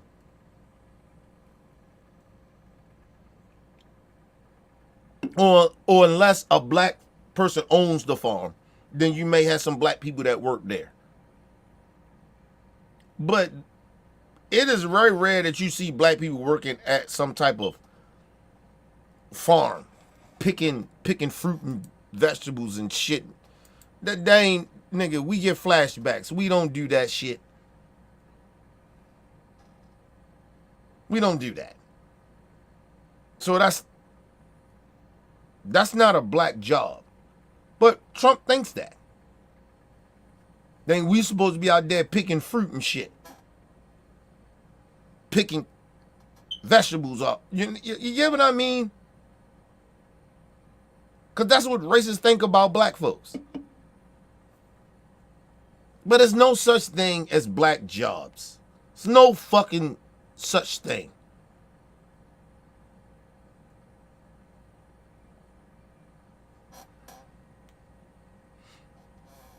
Just be real. But anyway, let's move on. Wait, because if you're wondering what a black job is, please, I encourage you all to drive through Atlanta at all these beautiful black-owned businesses and check and see who works there. Probably a black person working for a black entrepreneur, recycling the black dollar, creating black generational wealth. That's not a black job, bitch. You so ignorant, that's not a black job. It's not a black job. What the fuck are you talking about, bitch? You got black people working at white corporations. The same type of corporations that black people own. right? Black owners own. It's white people that got them same type of corporations, right? And black people work there. It's not a black job, bitch. It's a black owned business. That's all that is. It's not no motherfucking black job because the black workers that work there, that's a black job. What the fuck are you talking about? See, you think you bright, you think you smart, you think you clever, but you're not. You're not clever, bitch. That is not a black job. I know plenty of black people that work at a white corporation. That black people may own a corporation, and it's a lot of black people that work there. But I guarantee you, at that white corporation, it's more black people work there than that's working at a black corporation. Let's put money on it. I ain't even got to bet it. I know it for a fact. So there's no such thing of a black job.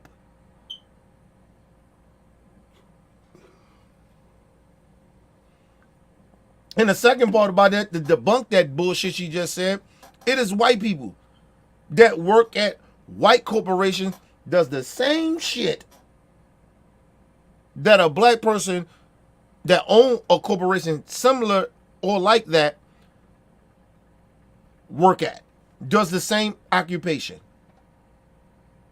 So why there ain't a white job? Because that shit don't make no sense.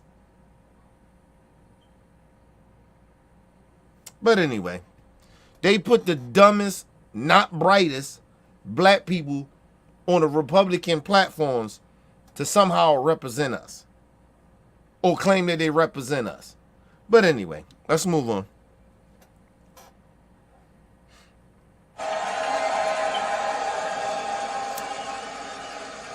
If they come here illegally and they're taking your jobs and your resources, then please believe my cousins in the Appalachians, they coming for you too. And y'all know Kamala. First of all, I keep saying this. You can keep trying to push that narrative that these immigrants is coming over here taking black jobs. They're not. Where I work at, yeah, you see a lot of Mexicans doing landscaping. But people here and there, you'll see black people got their own business of landscaping. The difference is the black person that's doing the landscaping owns it. A lot of the Mexicans that you see landscaping, they don't own the business. They're working for the white man.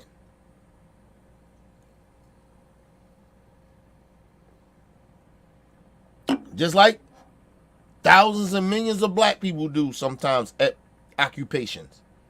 There's no such thing of that these motherfuckers coming over here taking jobs. You know the difference. You know why it looks that way? Because this is what I respect about the Latino and Mexican community. If they come over, they get a job, they try to get their people a job.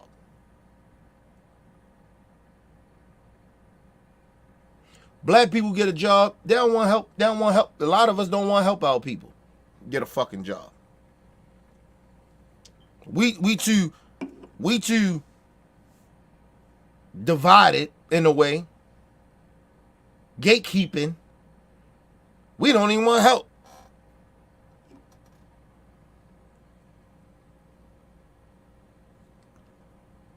Because a lot of us like being the token niggas. See, the Mexican community, they want to make sure all their people are there to represent them. They want to work with their people. They don't, listen, no disrespect. I don't think all of them racist, but nigga, they probably don't want no niggas working with them. They probably don't want no white people working with them. Because I trust my people. So I want all the Mexicans to work with me. I want people that look like me work with me because I know they on that same time I'm on. Black people don't think that. A lot of us. We get jobs. We don't even want to help our people. That's what's happening. So people, when anytime you see a whole bunch of Mexicans working at a corporation, there's a whole bunch of them. Oh my God. Nigga, that's because they got their people hired. They push for their people to get them hired. Ask yourselves, why is a whole bunch of black folks, there's a couple of black folks that work at a corporation where a lot of white people work, and they don't have a whole bunch of black people there? Because one thing you ever notice about other minority groups? Nigga, they stick together. Even at the job. Nigga, they eat with each other. They rock with each other.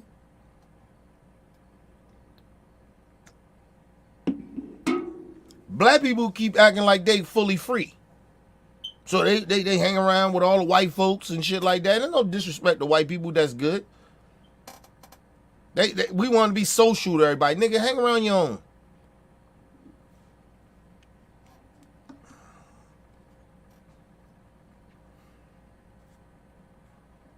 You can't get mad at immigrants or minority people because they stick together and they help each other. That's why a lot of black people be mad. Because we ain't got no unity. Only time we get unity is when we want to kill each other. Think about that. So, I'm just trying to figure out what the fuck are you mad about? You have an opportunity to unify now, but you choose not to. So, please.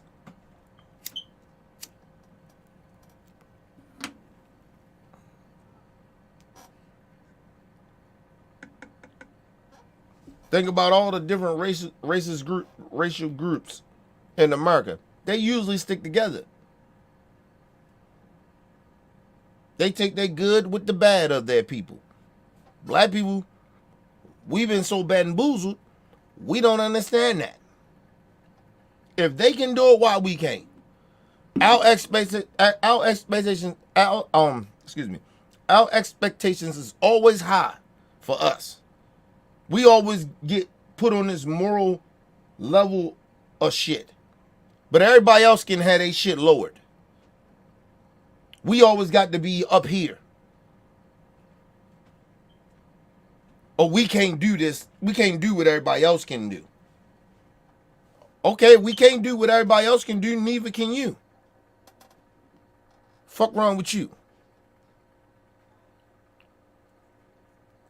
Yeah, we know Bill Cosby ain't shit. He did what he did. Nigga, I'm still watching the Cosbys. Fuck you talking about? R. Kelly did what he did, nigga, and we ain't excusing. He ain't shit. We glad he locked up. Look like he may be coming home. But we ain't gonna embrace that nigga. I wish I see some of you niggas embrace R. Kelly if he come home. That nigga's a child molester. Ain't nobody trying to hear that shit. But we gonna listen to his music. Oh, that's contradicting yourself. Don't the other races do it? Fuck y'all talking about? Y'all can do it, we can do it. See, they can do bad shit, right? They can represent bad shit, these other races of people. But we can't do it.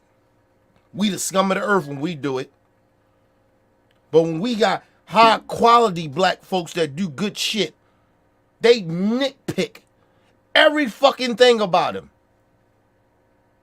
Everything. And we fall for the trap. We fall for it. So we get the nitpick. That's nitpick. They doing it. We can do it too. Your own people. But they don't do their people like that. Fuck out of here. Anyway, let's move on, man. No, Kamala Harris has yet to say Laken Riley's name.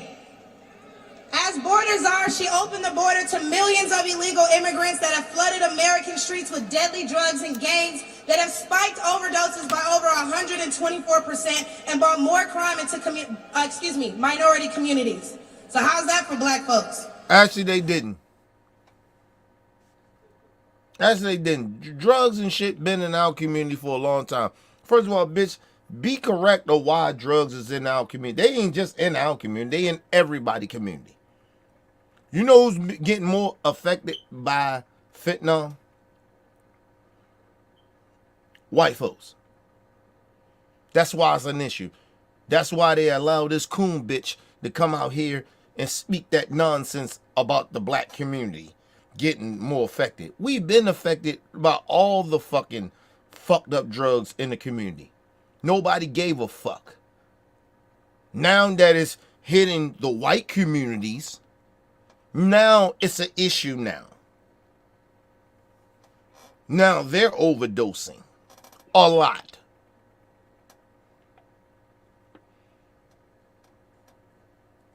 The fuck are we talking about?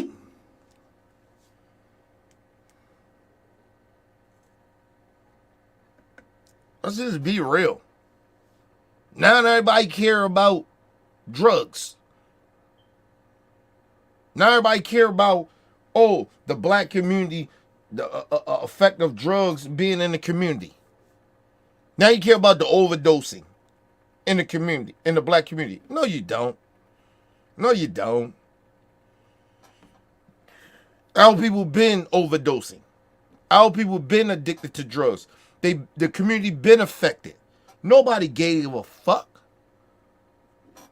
Now that it hit the white community, now it's an issue. Now the border matter. Now the border matters that they trafficking drugs over here. Really? Really, my people?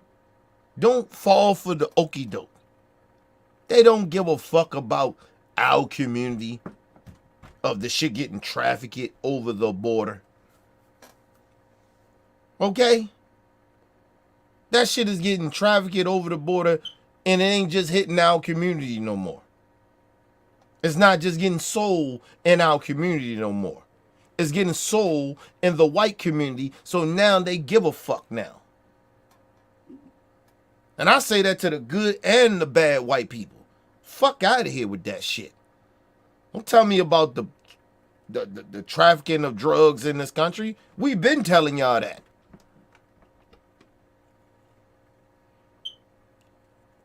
Long as that shit kept coming to the black community, you ain't give a fuck.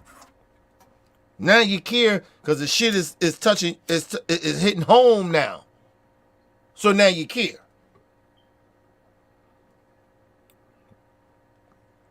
That's why when people ask me, Kenny, you act like you don't care about the border. Why would I? We've been getting affected by this shit. Now they care? Now it's an issue? It ain't an issue because of us. But they don't mind that shit coming to getting trafficked in our neighborhoods, in our community. They get less fuck about it. And they still don't care about it. Now the shit is affecting their community. Now they care about it. Now their kids. Now their aunts and uncles, their mamas and daddies and grandparents are overdosing. Now they care about it. They friends. Fuck out of here, man. Don't let these people bamboozle you and fearmonger you to acting like they give a fuck about drugs trafficking over here. They don't give a fuck.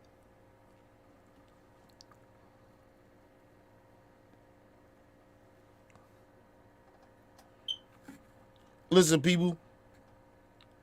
Nobody will say this, but I'ma say it.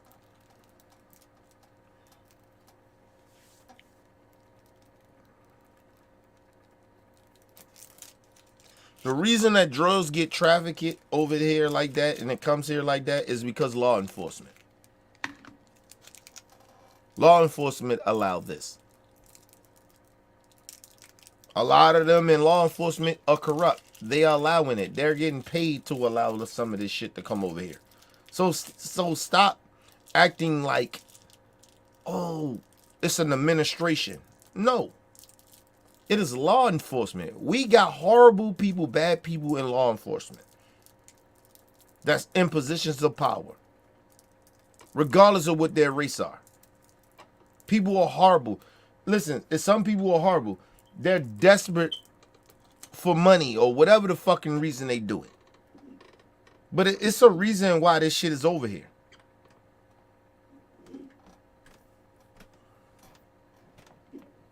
I ain't never did a hard drug in my life because of the simple fact, number one, because of my mom. Right? The other part was, I know, now of course now I know more. Now I know that shit was meant for us to have in our community to destroy us. When I was selling the shit, I didn't understand it. Selling that shit in my community, poison in my community, I didn't understand that. But now I know that. So, nigga, you can't play a nigga like me. I sold the poison to my people in my community. And ain't nobody care. Nobody cared.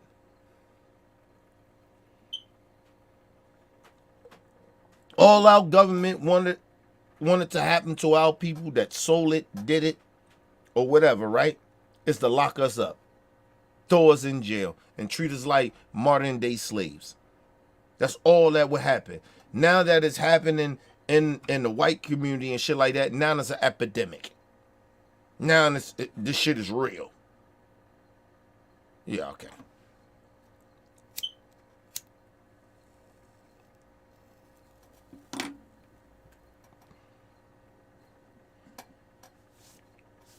I'm an 80s baby.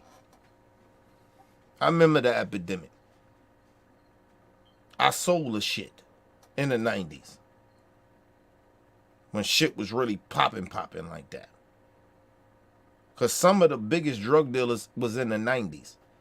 Not in the 80s. Believe it or not, or the 70s and none of that shit. The biggest drug dealers was in the 90s. Honestly.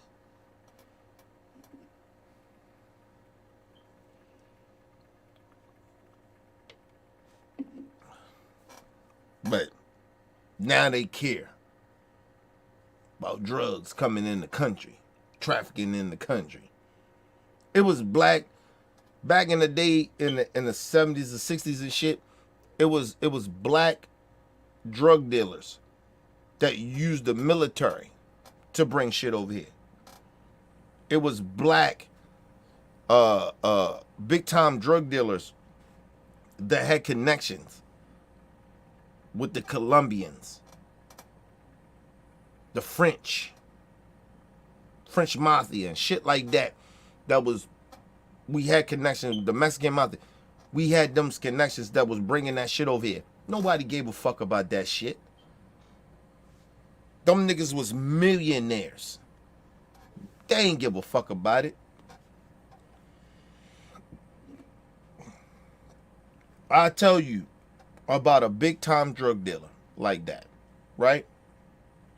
The time limit of being big like that. You got a 5-year span. 5 years of being big like that.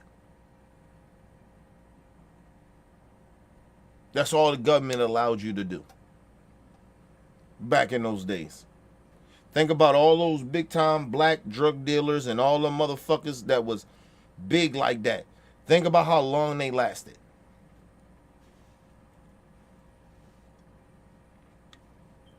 Till the government finally came in and said, hey, all right, enough, nigga. It was white European Italians that was selling dope and all types of criminal behavior for 1 to 2 decades, and they did nothing about it. Think about that. And they ain't like Italians. The white people ain't like Italians. That's what mine bothers me about Italians, but anyway. But they still was Europeans. They allowed the Italians to have decades of being big as they is. That's why motherfuckers talk about the John Gotti's of the world. For decades, this dude was doing shit, selling that poison. But the black motherfuckers, they may have like a 5-year run selling dope. Yeah.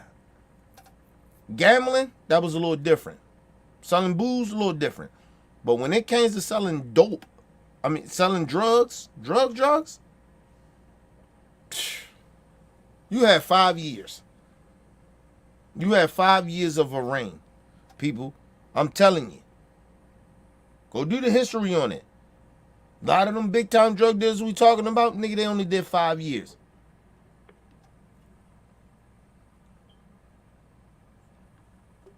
They was only big for 5 years. Some of them ain't even last that long. It was because the government already knew who they were. He already knew what they was doing. Motherfuckers act like, well, we didn't know what they was doing. Bullshit. As black people, we always been spied on. That's why I'm be understanding this time we in now, that some of the black youth don't understand. Like, nigga, don't tell on yourself. They already watching you. They've been watching you. They've been watching your ancestors for a long fucking time. Without all this technology. They've been already on us. We always supposed to have been perceived as the bad. Since the Civil Rights Act got passed. Since Martin Luther King and the Civil Rights Movement did what they did. Nigga, we was already getting treated the way we was treated. But now we're targets. Because now we in their spaces. Where we can make money. Where we can educate ourselves.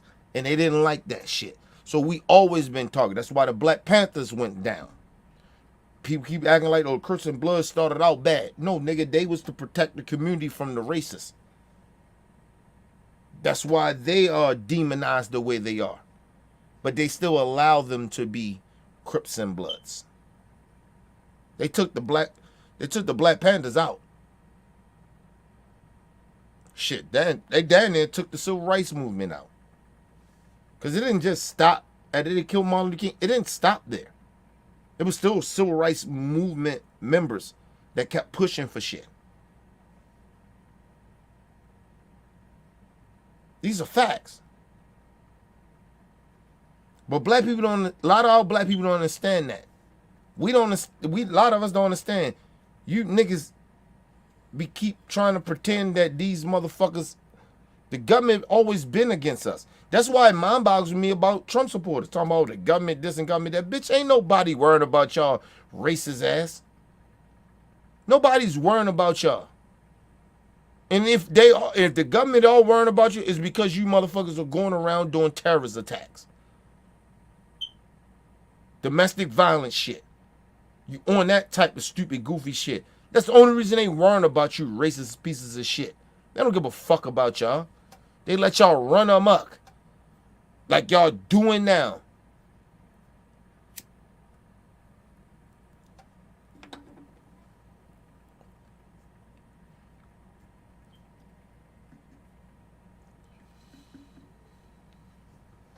Listen, think about it. They RICO black gangs. Right? If I'm the government, I'm RICOing all them motherfuckers. That's at January 6th. That's a gang.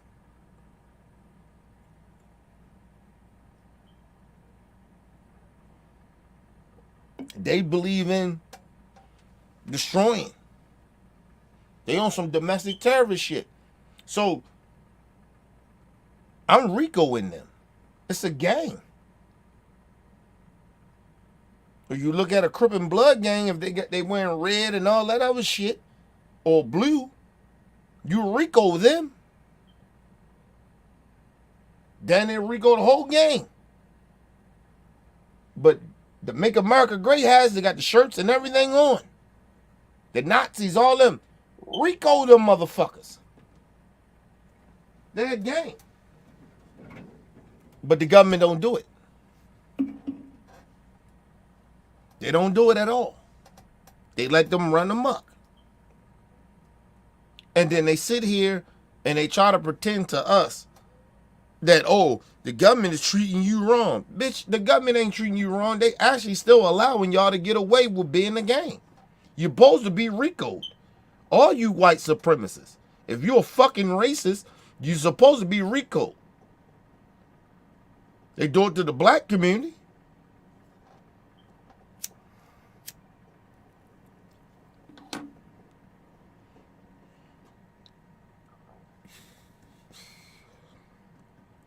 They lock up a lot of black folks that ain't killed nobody or knew nothing about all the gang activity, but they're a part of it. They all go down. So what's the difference from you motherfuckers? They don't put RICO charges on y'all?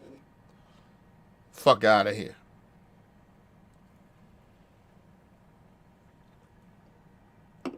And motherfuckers lucky I ain't a prosecutor because I'll be RICOing the shit out of the Klan. You a racist? I'll RICO your ass. Get into one of them Facebook groups and shit and talk that racist shit and talk about harming people. All you want, do that shit. I'll RICO the shit out y'all. Fuck out of here. But the government don't do that, but the government against you. Yeah, all right, man. You can keep telling yourself that. The government protects you racist white people. Honestly. But let's take race out of it. Just as a woman, period. How can you be a champion for women's rights when you're taking away opportunities from biological women and giving them to transgendered ones? Well, first of all,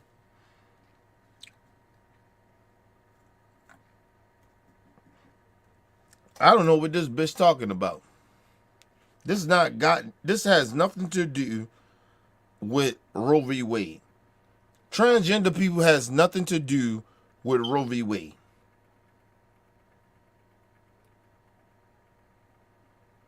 Now, people, I'm not 100% sure about this, but it is very, very rare that a transgender, if you two males with the same semen, that can create a child. What are you talking about? I haven't heard that science yet. You still need women. What the fuck are you talking about, bitch? You still need women's semen. So what that got to do with transgender? What that got to do with this country is telling a young child? What a transgender got to do with this? Telling a young child, because they transgender people, right? Telling a child that get raped that you can't abort that kid. Well, abort the possibility that you're pregnant, which is not fully developed, none of that shit. What they got to do with that? Why would you make a child have a baby by a rapist? What that got to do with a transgender?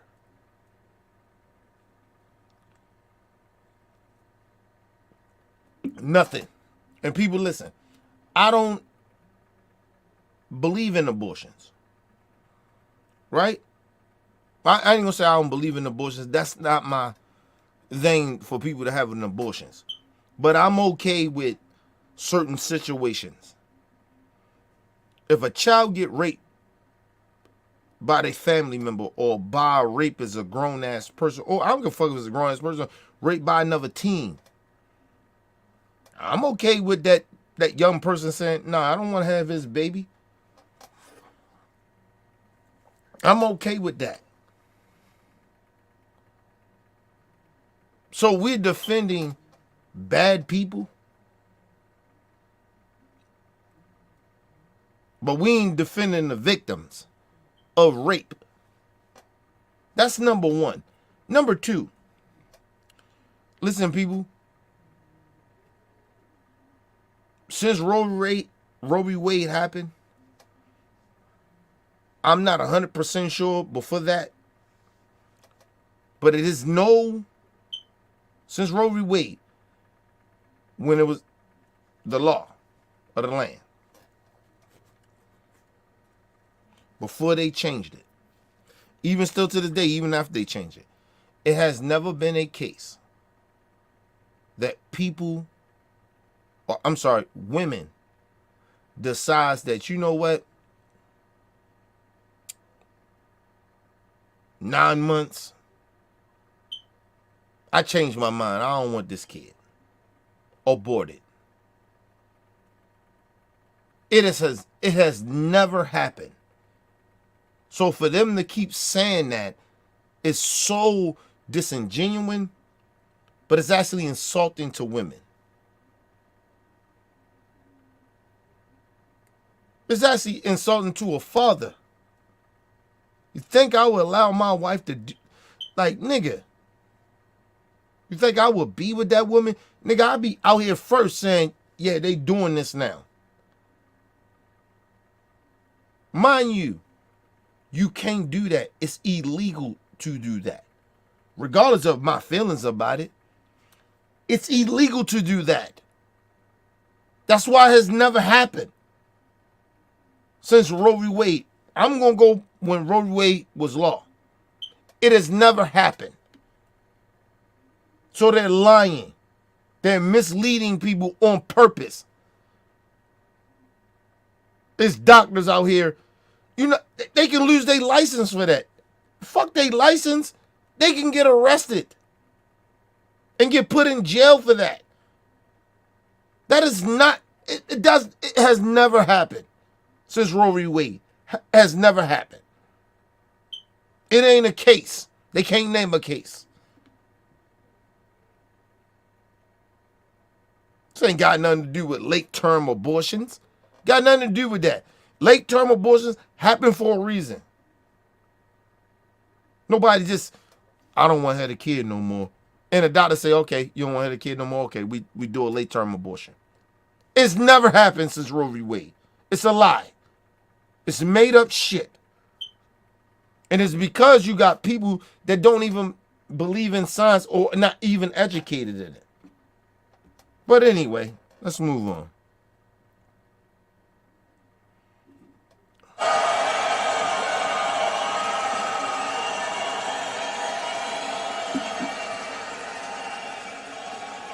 I'll wait, y'all, because I wasn't done. See, how can you promote equity for women and you're allowing men to play in women's sports? Let me say this.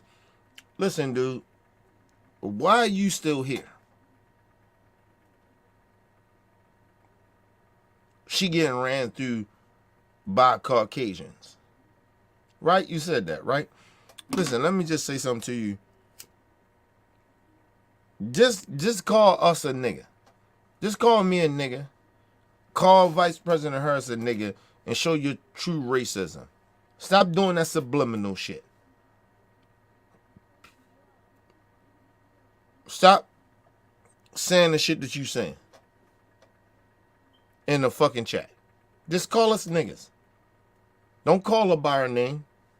See that nigga Vice President Harris is getting ran through by Caucasians. Just be honest, man. You just a fucking racist, bro. And you're a despicable human being. Just be real about it. Damn. Like I respect people standing on business. You just trying to be on that bullshit. Just be openly racist. Stop saying subliminal racist shit. Like, that shit don't make me feel like you're a racist. You're a racist. I'd rather for you just to say that you're a racist and be racist. God damn. Let's go to a quick commercial break, people. We'll be right back.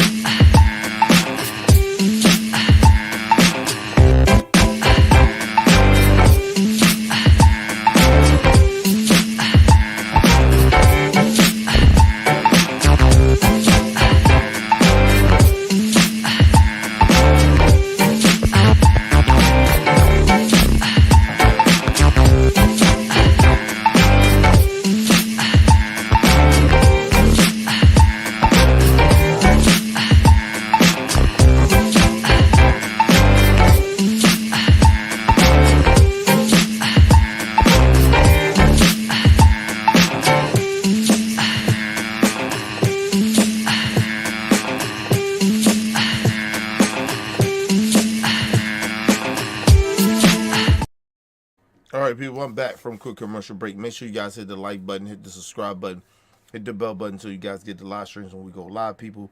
If you can, donate to the channel. Go to OBF The Real, Cash App, and donate to the channel, people. We highly appreciate anything you guys can donate to the channel. Need more information to subscribe and donate to the channel? Down there, scrolling below the screen, people. Make sure you guys hit the like button when you come in and out of the building. And share the videos, man. It keeps the movement pushing. But yeah, man. Just stand on business. Just be a straight up racist. Like, stop throwing subliminals. Just be a fucking racist. Like, I ain't gonna hold back. Like, I ain't gonna say, I think you a bigot for saying what you saying. No, you're a fucking racist, bro. Just be real. Like, god damn. All the subliminal shit is just weak. God damn. You sound like a weak ass dude throwing subliminals. Be honest with who you are. Stand on business. Fuck out of here.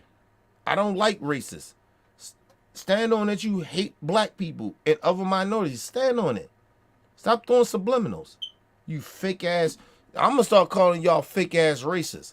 Be racist. Cause I done heard straight up racists say they think black people is niggas.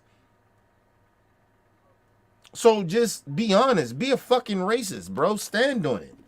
Damn. Stop being bitches. That's how I know you don't really want no smoke with black people, because we'll beat the shit out you at the end of the day. I'm being dead honest about that. You get fucked up. You don't really want no motherfucking civil war in this country. We'll fuck you up. Because y'all clowns. And you probably ain't built like that. Bunch of pussy ass motherfuckers sitting around their mamas screaming out how much they hate. I hate niggers. Fuck them niggas. Or you might not even tell your mama that you're a fucking racist. Piece of shit. Anyway, let's move on.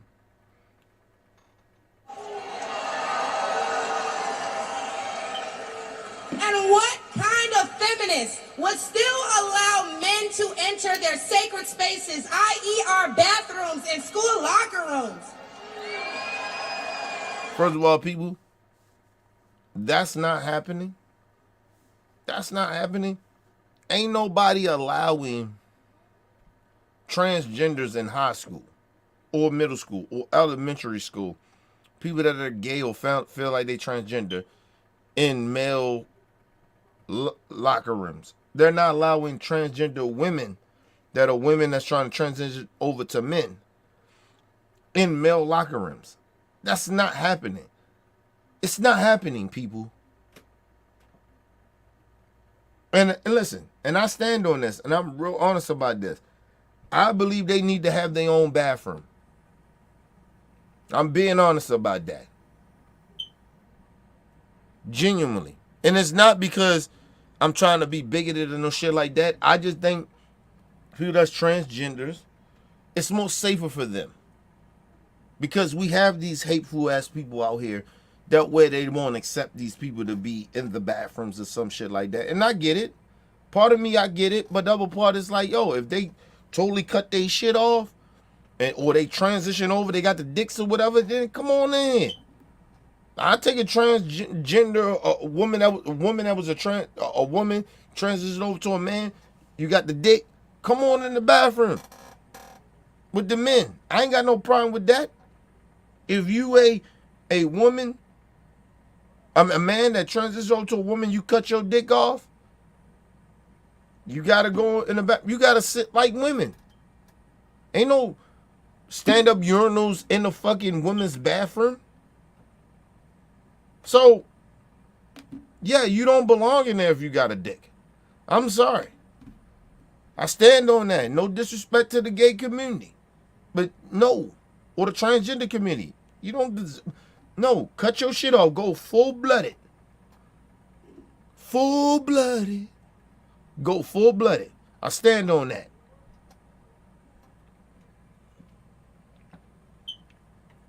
You gotta go all the way through. Don't tell me if you want to be bi. But fuck all that shit. You want to tell me I want to be recognized as a woman? Well, you do everything that women do. If you're a woman, say I feel like I'm a man. Well, be a man. That shit comes with shit. Fuck out of here.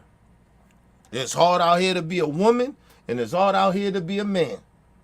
So, fuck wrong with you. I'm not giving no motherfuckers a pass. Listen, but that's not happening, people. There ain't no motherfucking transgenders in women's locker rooms and, you know, in bathrooms and shit. That's bullshit. They got their own bathrooms, people, especially in middle school and high school. Definitely. I know that for a fact. Anyway, let's move on. Do I even need to mention the opening ceremony at the Olympics? Or the fact that Angela Carini was forced to fight a man and told us that she's never been punched so hard in her life. We cannot allow... Now, let me just say this. I didn't like that shit. I didn't like that shit at the Olympics. I didn't like that. If that motherfucker still got men shit, if what I'm understanding, that person, that dude that had that shit, he still had male genitalia. I don't like that. Like I said, go full-blooded, nigga. That's why my cousin, right? I still call her she. She ain't got no dick yet. Fuck out of here, bro. I'm sorry. I ain't rocking with Republicans that discriminate against you, but fuck that shit. You ain't no dude till you get that thing. Fully commit. Say whatever the fuck you want. I don't, you know, as a heterosexual male, nigga, ain't fully committing. I'm that. That's what I am. You gotta fully commit. That's how you feel, but you better fully commit to this shit over here, being a heterosexual man. Like I said, if you're a heterosexual transgender, you want to transition over to being a man, I should not see you fucking dudes at all. And that goes with the men that's transgender. I should not see you fucking, you know, women. Sorry. You can't all of a sudden talk, oh, I'm a lesbian now. No, you like dick. Because if that's the case, you could have kept your dick and still been bisexual. You can fuck women and fuck men at the same time. That's why y'all got that avenue to be bi. Fuck out of here with that shit. But anyway, let's move on. Not allow dangerous liberals who think things like this are okay into the White House. Because my daughter will not be fighting a man at her wrestling match.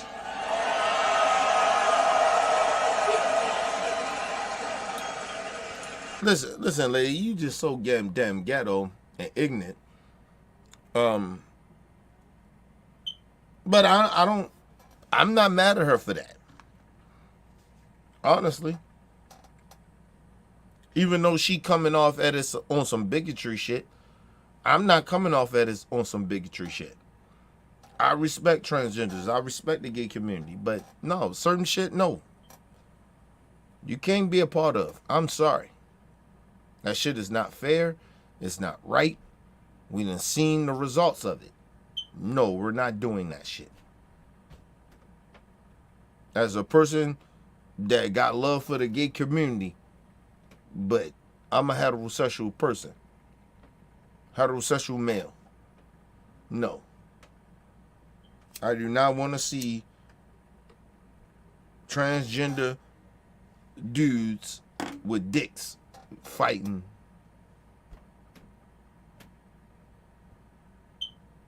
women. I don't want to see that shit. Honestly.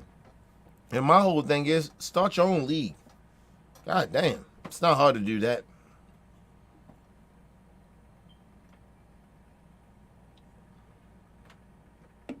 But you won't do that because of some fact you care more about people accepting you.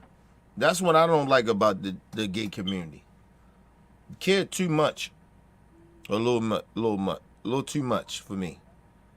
in certain situations, especially when it comes to the transgender. That shit is always going to be very, very skeptical for a lot of people. Honestly, it just is what it is. You can get mad, get glad, and try, oh, you being bigoted. I don't give a fuck what you talking about. It's always going to be skeptical. Sorry. As a heterosexual person, it's going to always be skeptical. I don't mind educating myself or listening to you and shit like that, but some shit just ain't going to make no sense to me. And it doesn't. I do not want to see a transgender dude fighting no woman if you still got a dick. Because scientifically, people, if you cut that dick off, shit changes. Okay? Scientifically. I did the research. You cut that dick off, shit changes.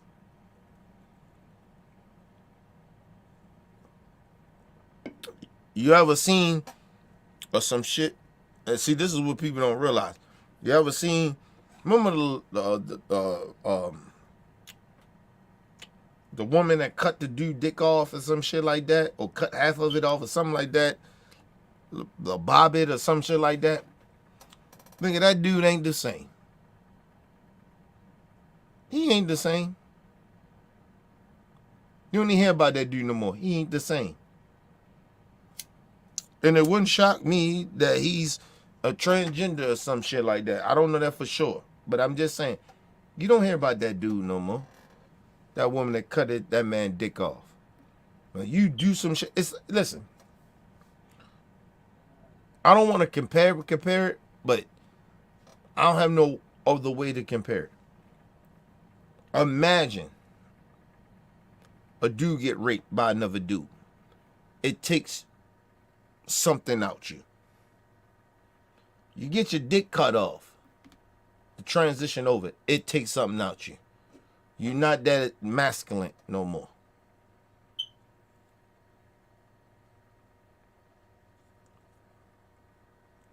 And then with all the hormones and shit that they take and stuff like that, it's not the same. You're not the same man. Just telling y'all. People be acting like that shit is. It's not, bro. You cut a man's dick off, he ain't the same. I know this for a fact. I did the research. Not the same. You rape a man, he ain't the same. It's almost similar in that way. I'm not saying it's exactly the same, but it's similar. You rape a man, another man rapes a man, nigga. Oh, man. Okay, cool.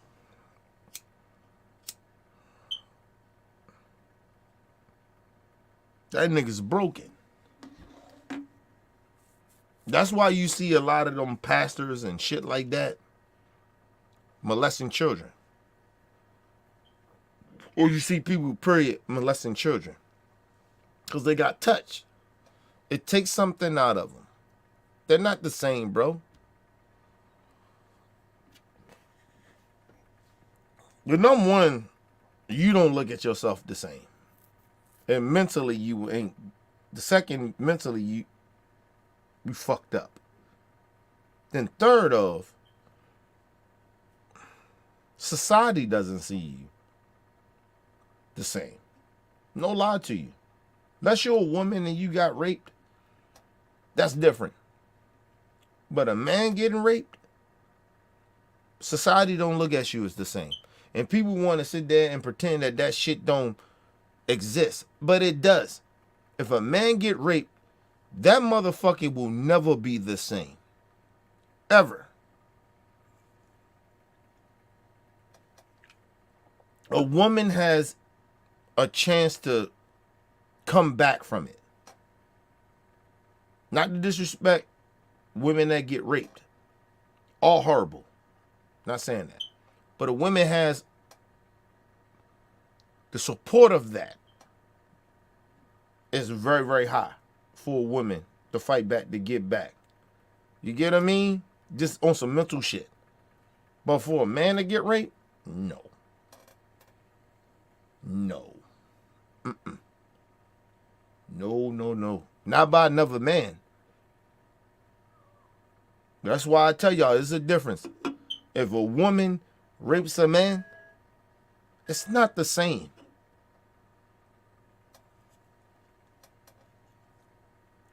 Unless she made you stick dildos up your ass or some shit like that, then that's different. But no. Usually, if a woman that rapes a man,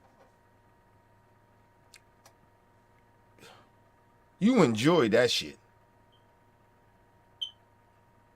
I'm sorry.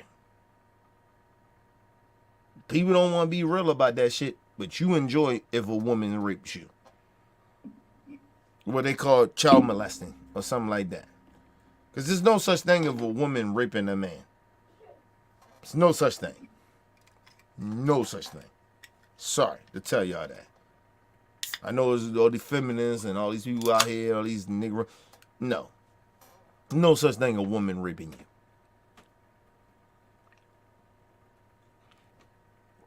Even when that woman takes advantage of you, it's not rape. What young kid, young boy, that a woman comes on to a young boy and fuck him, his dick don't get hard?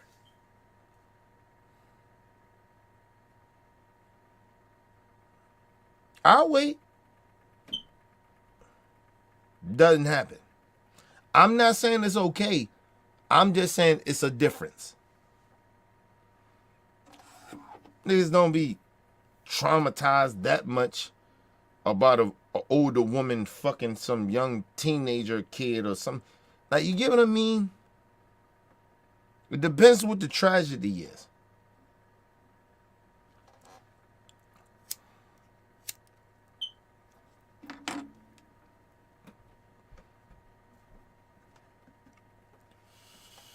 Now, I can't say it's not 100% of what I'm saying. It is a percentage. Because R. Kelly, his background was that his sister molested him. You know what I mean? But to be honestly and real about it, regardless if it was his sister or not, he still enjoyed it. As a heterosexual man, I'm telling you, you still will enjoy it. Just telling you. Not saying it's right. I'm just saying it is a difference when a woman is getting taken advantage of from a man than a woman doing it. It is different. I'm telling you, it's not the same. Everybody keep trying to act like it's the same. It is not the same. Sorry to tell you. And that shit may ruffle people the wrong way and make people upset, or maybe like, Kenny, you tripping. No, I'm not tripping. If motherfuckers be honest, it's not the same. It's not.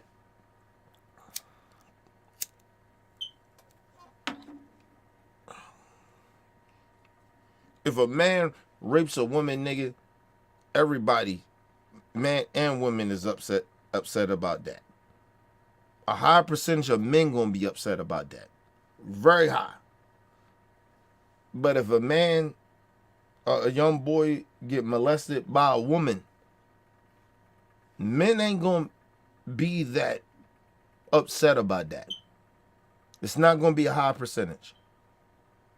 Let's just be real. It just is what it is. And people sit there and they act like it's the same. It's not. It's not the same. It's not. I never felt like I got molested by an older woman one of my mom's friends gave me some pussy. That's how I look at it. Never felt like I got molested. Now, politically correct, yes. She most likely molested me. Right? But I never look at it that way. And I still don't. I just don't. Even when I'm older, I still don't look at it that way. I understand that that's what it is. But I still don't feel like, I mean, could it fucked up my mental a little bit? Maybe. But it didn't make me go out to be a street nigga. Now, maybe it made me be hypersexually, you know, hypersexualized. Maybe. Yeah. I agree with that. But it didn't, it's not the same if a young girl get molested by an older man. It is different. Sorry to tell people that. It is very different. Very different. Sorry to tell y'all. Because the average young boy wants some old pussy. And first of all, the average young boy that's a heterosexual young boy want to fuck women, period. We don't give a fuck how old they are. If we sexually active like that, we want some pussy. It's just real talk.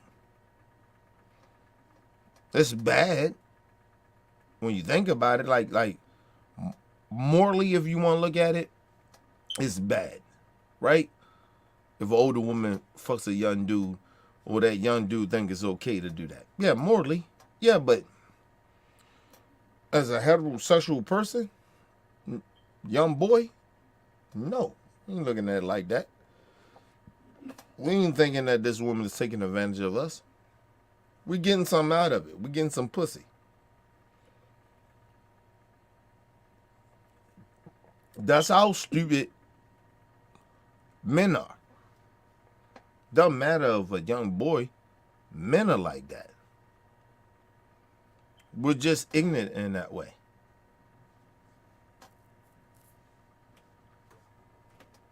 Nobody wants to say that shit. They don't want to be real. The shit I'm saying, nobody want to be real. Oh, it's not politically correct. Fuck that shit. That's why I'm the realest nigga on YouTube. Tell the fucking truth. A lot of heterosexual young boys, young men, period. We don't give a fuck about that shit. Like, honestly, genuinely, it's pussy, nigga. Yes, it's a dynamic of she's this person and we here. You think we thinking about that? You really genuinely thinking that a young boy or a man that's even older think about the power structure? No, we don't.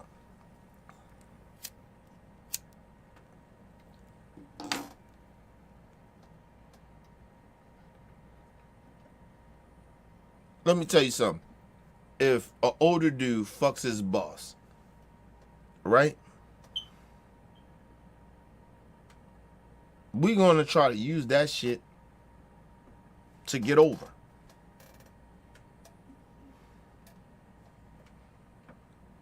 We ain't looking at no power structure. I'm not saying it's right. I'm just saying men don't look at shit like women look at it. That's why it is a difference between men and women. You understand what I'm saying? Men ain't looking at that shit. If a woman is in a hierarchy, she's over top of the guy, and she fucks that dude. Is niggas really tripping? Is dudes really tripping on that? Oh, she higher up like that. Nigga, if I could fuck some of my female bosses, I'd be okay. Wouldn't be mad. I'll tell you this. Emotionally, because I'm older. Now, if I was younger, yeah, I probably would feel a certain type of way. But I'm older? No. Wouldn't give a fuck. I wouldn't care. As long as I keep getting that pussy, I wouldn't care. She keep coming back for some pussy. I mean, she keep coming back for some dick. I wouldn't be mad at her. Fuck, I'm mad at her for. And I'm getting what I want. She getting what she want. And it is what it is. Nobody wants to have that real conversation.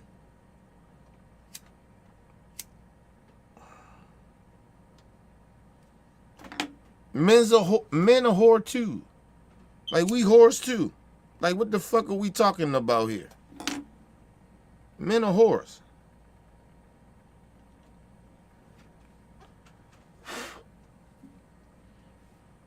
We whores too, nigga. And the bad part about it is that men are more thirsty for pussy than women are thirsty for dick. We call women whores because they fuck all these different dudes. Right? But if you think about men, we fuck more women than women give up that pussy. Or I ain't gonna say more. It's equal. It's damn near equal. But we're more whores.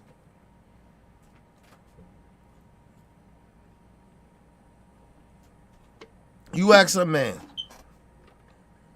Real talk. You ask a man. I can continue to keep fucking my boss, but she give other people raises. If I can keep fucking her, would you keep fucking her, or would you care more about her giving you a raise? And I guarantee you that dude be like, I'm okay with the pussy.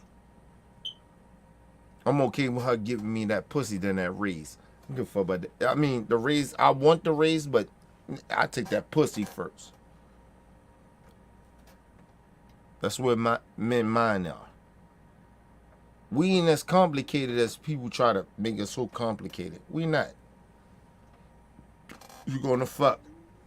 You're gonna take that pussy over a fucking promotion. I guarantee you.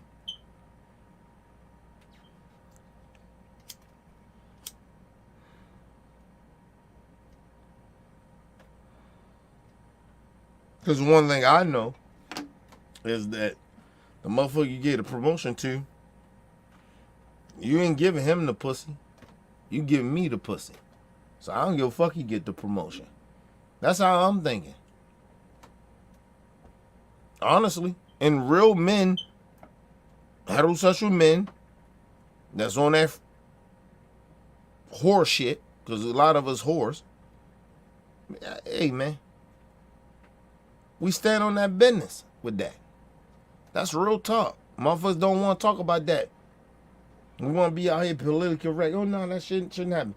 Yeah, politically correct? No, it shouldn't happen. But be real with real men. Nigga, if you ask me, I can keep fucking my boss, but my boss give my man, or somebody, not my man, but somebody that I work with, give him the promotion, and I get the pussy. Oh, now I'm going to take the pussy.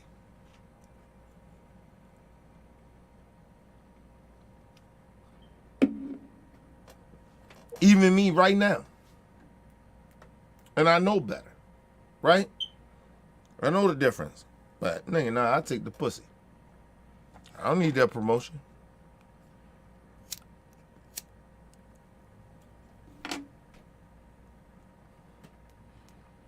Because you know what? Because if you fucking the boss down right, she's already going to give you some perks outside of the job.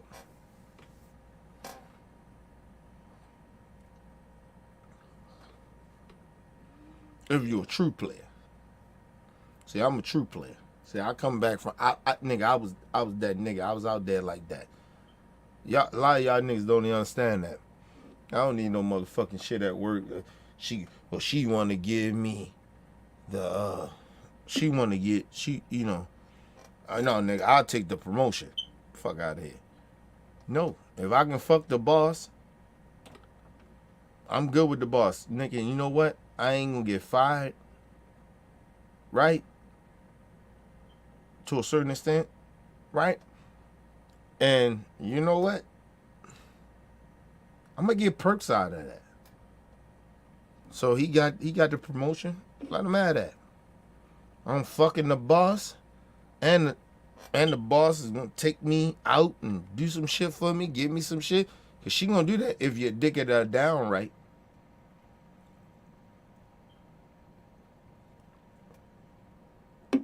Motherfuckers don't be understanding that shit, man. Niggas ain't true to this shit. That's what a lot of women be fucking up at. They be fucking their bosses and shit. And the boss gives somebody else the promotion and the woman trip out. Like, hey, fuck you tripping out about that? You're still getting dick down and you still gonna get some perks. Unless the motherfucker ain't giving you no perks.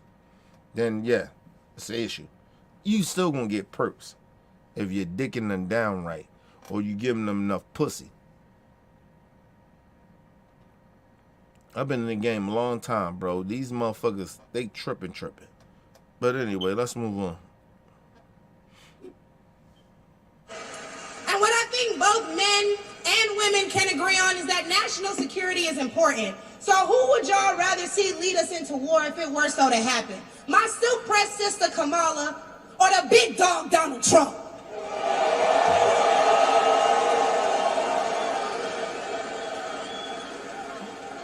And lastly, I cannot get up here without mentioning my farmers. Let me say this.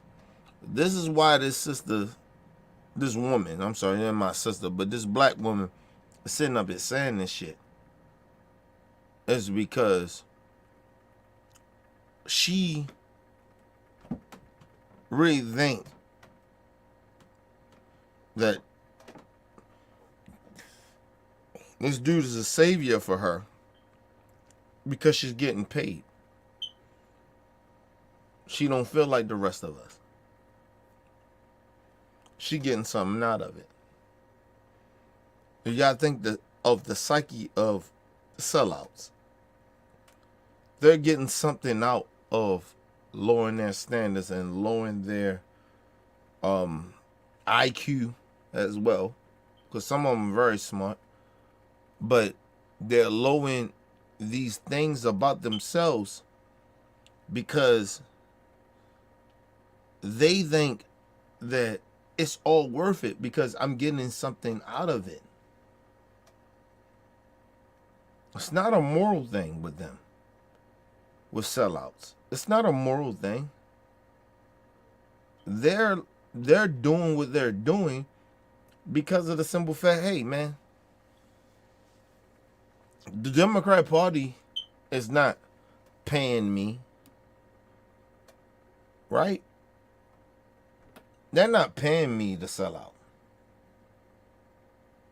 to the Democrat Party, right? Or if I got to go in the Democrat Party to sell out, right? Just say that, because it does happen in the Democrat Party, but it's not the way this shit is happening. Democrat Party, you got to bring something to the table, right? They don't have to bring anything to the table.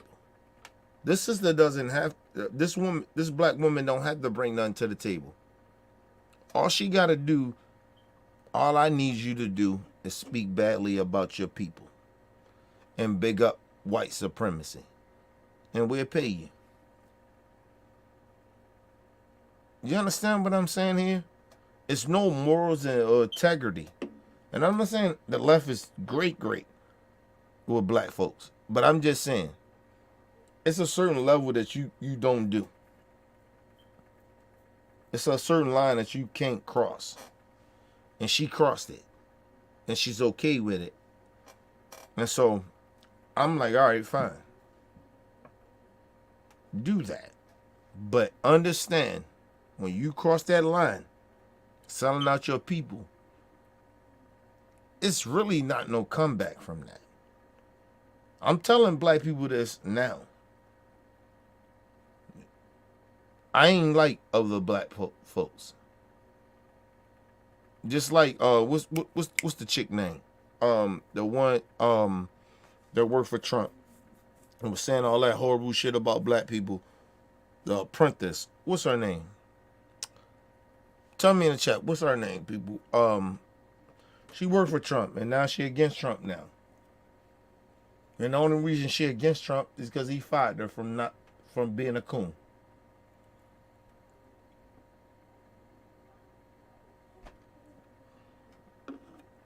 What is her name? I can't think of her name right now. Hopefully somebody in chat bring her name up. But and she out here now on CNN talking bad about Trump, how he is. And I'm thinking to myself is, you saying all this shit now, but you already knew that. You already knew what this racist was about, but you ran with it because he was paying you. So, no. Just because you coming out trying to be a rehabilitating sellout to the community, and because you talking bad about Trump, don't mean that black people fuck with you. We not doing that. Sorry. You sell out, bro. We're not doing that shit. I'm sorry.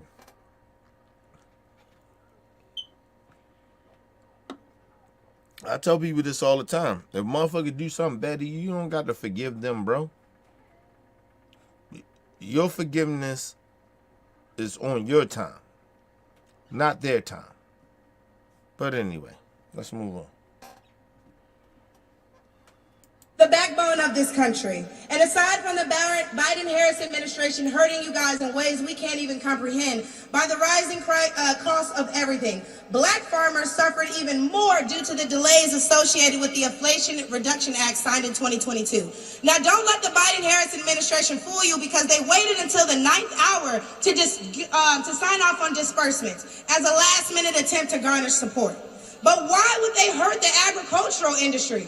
Probably because they're looking forward to making more money in the pharmaceutical one. And speaking of pharmaceuticals, because I promise I'm going to wrap this up, when they bring up abortion and they talk about protecting your medical freedoms, don't be afraid to mention COVID.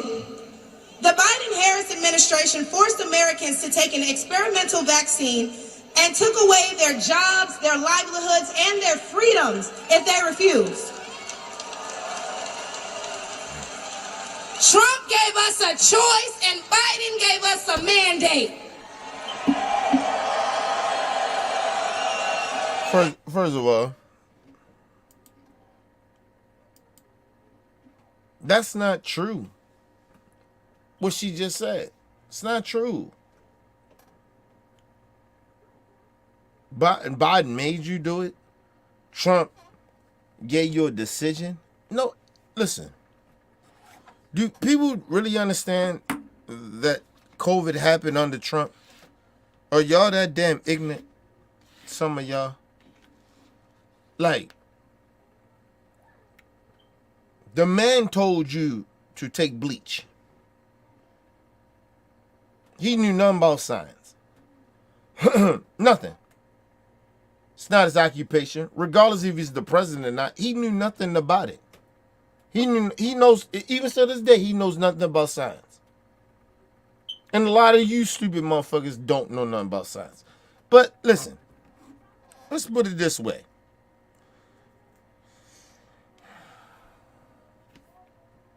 You want to blame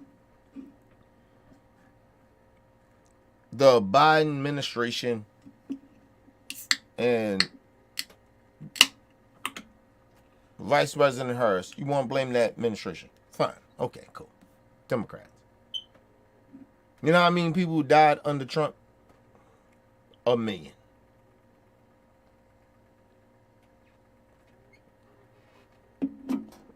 A million people. And some of them happened under Biden, because at that point when Biden inherited his bullshit that he did, people died under his watch.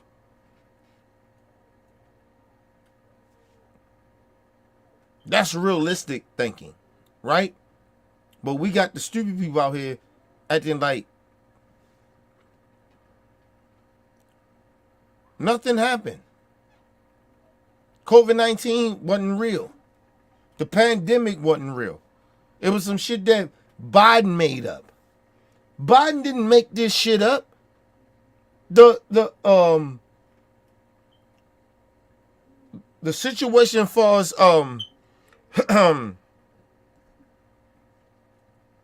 COVID-19, that didn't happen under Biden. I don't know why y'all keep trying to blame Biden for that. That didn't happen under him. COVID didn't happen under Biden. Biden inherited COVID.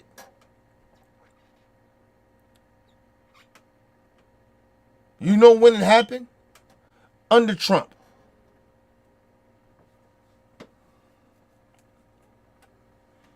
I don't know why y'all keep blaming Biden and his administration. Think about it. Have y'all heard of thousands of people dying under Biden administration or Vice President Harris in that administration? Have you heard about that? Have you heard that thousands of people died from COVID? You haven't heard that. But you know what you hear? Trump has had, under his administration and what he pushed, millions of people die from COVID-19.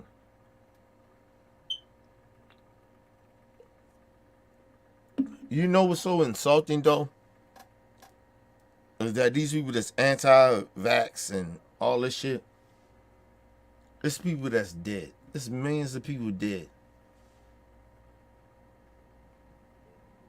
And these are the same people that tell you they believe in God. Right? Maybe it wasn't your time. Did you ever think about that? Or you thought you just trying to blame the vaccine? Or God saved me? Excuse me. Or your fake ass religion saved you? These were the same people that was out when the vaccine was, when a pandemic was happening. I'm sorry. These were the same people that was out running to grocery stores, gathering everything to get, gathering all this shit, trying to get all this shit. But they ain't believe in the pandemic.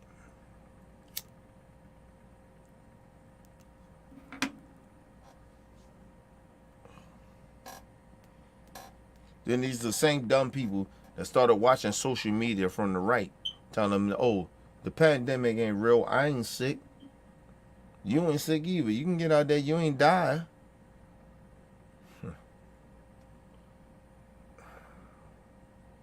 You know what's so insulting? For these people to do the shit that they doing. I lost an aunt to this shit. A family member that I love. And I mourn over. And they don't care. Because they care more about them being right. And they ain't right. That's the crazy shit about it. They ain't right. But they care about them being more right. Or being anti-vax or anti-COVID.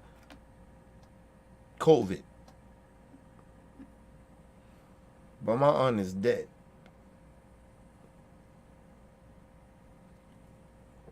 And my aunt was in the hood. And we kept telling her she got sick and shit. This is what happened. See, because these stupid motherfuckers don't understand this because they ignorant. We kept telling my aunt before she passed away. God rest her soul. Because she was ignorant too as well. But she's still my aunt. Love her. We kept telling her, you sick. I gotta keep working. I gotta get out here. I gotta keep working. And she kept doing it. Going around that shit.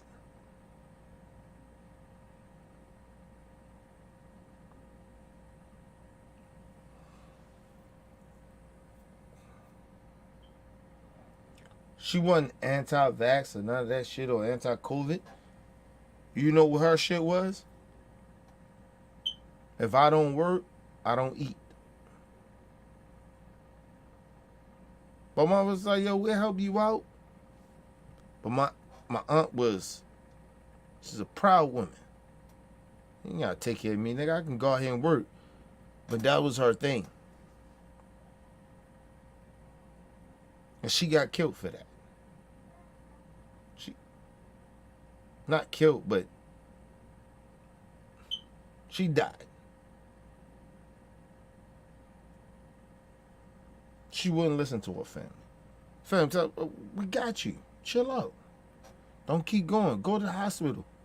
Didn't want to do it. Can't afford it. Shit like that. And she was saying shit to us, and it was like, the fuck? But she old school too.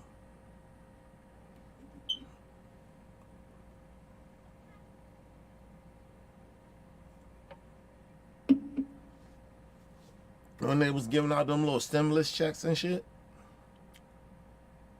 only people that benefited from them stimulus checks is that motherfuckers that had money. They had savings. My aunt didn't have that. So my aunt looked at that, oh yeah, they get a little stimulus shit. Okay, it hit about 2 or 3 of my bills for that month. But out of that, I'm back out this motherfucker. I'm back struggling again. That's why I keep telling everybody, your stimulus package only helped for certain of you motherfuckers. It didn't help for motherfuckers that was poor, really. That wasn't working or didn't go to work or wasn't willing to go to work because of COVID. Because nobody got fired from COVID. Motherfuckers, some people lost their jobs because the business went out of, certain businesses went out of, they went out of business. Corporation went out of business. Nobody got fired.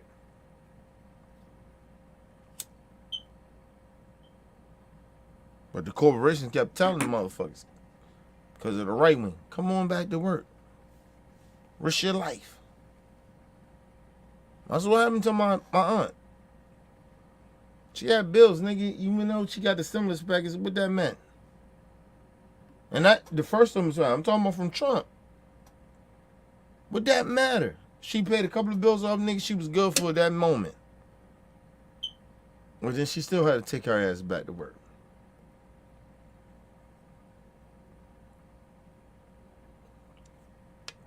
And my aunt is dead.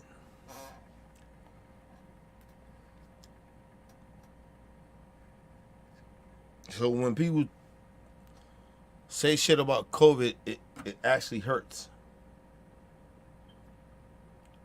The disrespect that they show. Because it's like disrespecting my aunt. She wasn't a COVID denier. She wasn't a person, excuse me. Excuse me. That believe in COVID.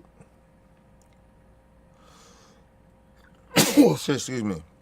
She believed in taking her ass to work. Because them little stimulus checks, that shit didn't pay her bills. Excuse me.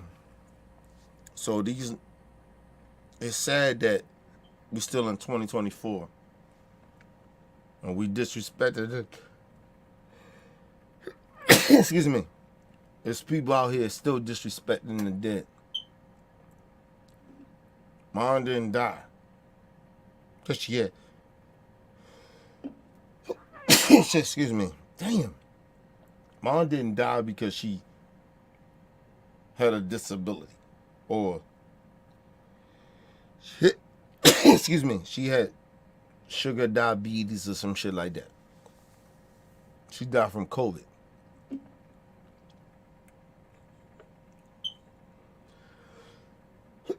Excuse me. Damn. But that's what happened to my aunt.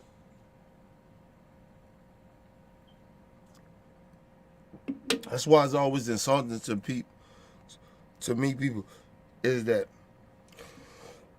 excuse me, damn, people disrespect COVID the way they did. Excuse me.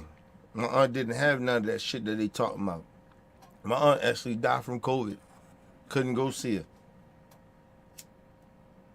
at the hospital. Her own kid. Excuse me. Her own family. Her own grandkids couldn't go see her on her dying bed. We couldn't go see her. She died alone.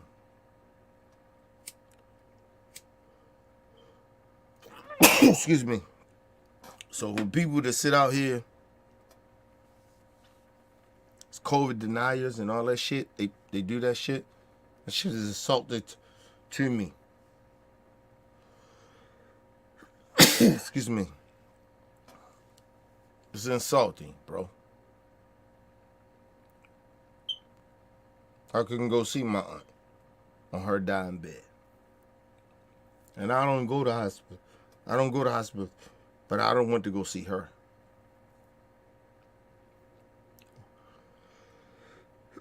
Excuse me. On her dying bed. I would have went to go see her. I was just acting up. I don't know what the fuck. Excuse me. Damn. I was just acting up real bad. But yeah.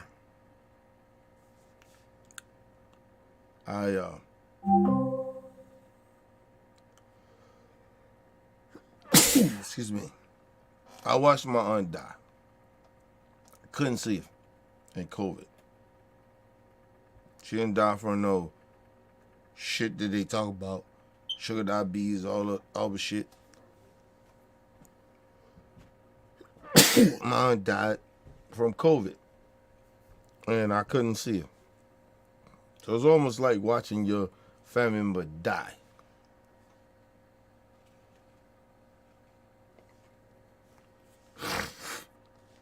Excuse me.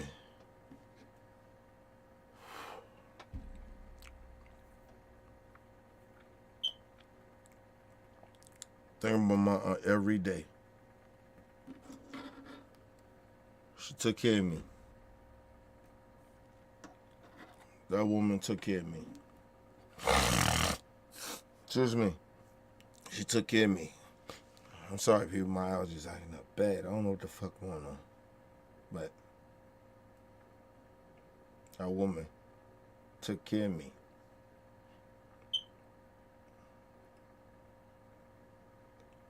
And she only had one kid. And she took care of me like I was her one kid. She took care of the family, too. She was the patriarch of our family. She knew all our birthdays by heart. Who birthdays it was. She called everybody and shit like that. We don't have that no more. Now the family is fucked up. Oh, excuse me. The family fucked up. We ain't the same. We don't fuck with each other, and she kept our family close. As distant as we was, a lot of the times, she kept us close. And we ain't the same no more. I try to do it here and there, but, you know, I'm not her. And she knew that.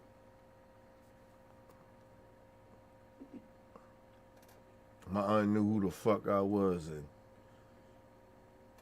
I can't be my aunt.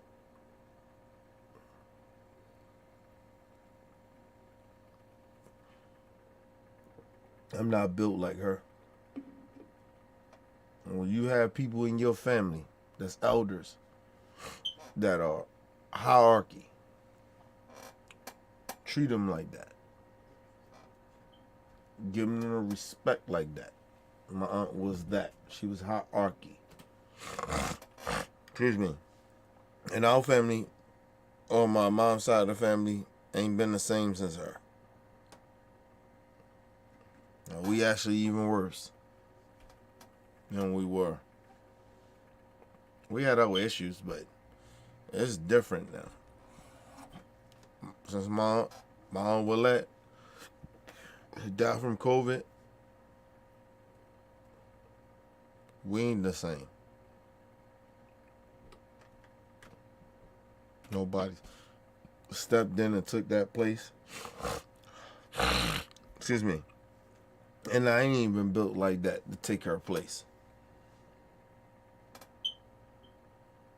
It's not a moral thing. It's a gift. My aunt had that gift. Now where, fuck all you niggas talking that bullshit. We coming together. We gonna do some shit. Let me call him. Let me call him. Let me call her. My aunt she was gifted of doing that shit. I miss her. I miss her so much. Cause ain't nobody like my aunt Willette. Nobody like her. Not even my own mama. My aunt Willette was different. Nigga, she can touch motherfuckers in a way. You have a family member like that. Everybody have a family member like that. Not necessarily your mom or your daddy or some shit like that, but it's a certain person in your family that can touch everybody and bring people to fucking together. We all have that in our family, and we take them for granted. Excuse me. We take them for granted. And I believe we took my aunt Willette for granted too. She not here no more. Ain't no more on that side of the family. We don't fuck with each other. And it's mainly because of her. She was like that. Motherfuckers try to pick it up where she kind of was trying to do some shit. We wasn't breaded in that shit. We wasn't. She was just different. My aunt Willette was different, nigga. You gotta understand about my aunt Willette, man. She was just different. That is some. Like, I miss her like that. My family miss that. Some of them don't want to recognize that shit, but we miss her, yo. We just fucked up individuals in a way. Even me, myself. My aunt Willette took care of motherfuckers in the family. She made sure we still was close. Regardless of our differences, regardless of what we was doing in life. Nah, nigga, hey. Come on back over here. My aunt Willette did that. And everybody people don't appreciate that shit. Yeah, you're going to be different from your family. It's supposed to be like that. Eh? You don't supposed to be the same. But you got that one motherfucker, that one auntie, that one uncle. You know what I mean? Maybe a mama or a daddy. Keep you together. You better appreciate that motherfucker. Since Mom Willette died, shit ain't been the same in the family. And it won't be.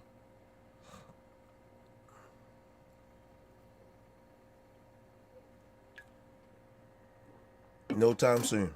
Nothing to be the same. Nothing.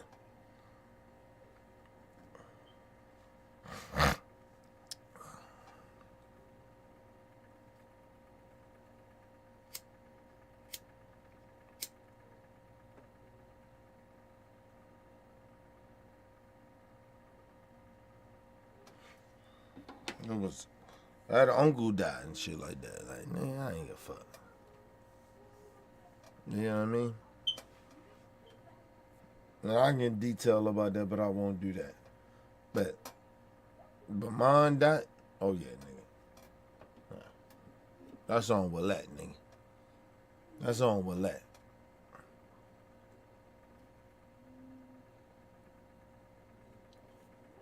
My aunt Willette she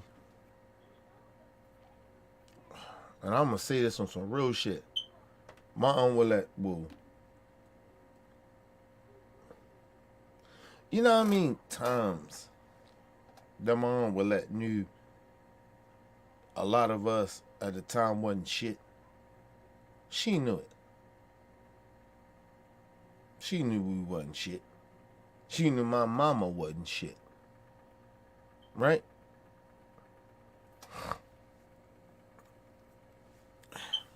Nigga. And my aunt Willette still will protect us in a way.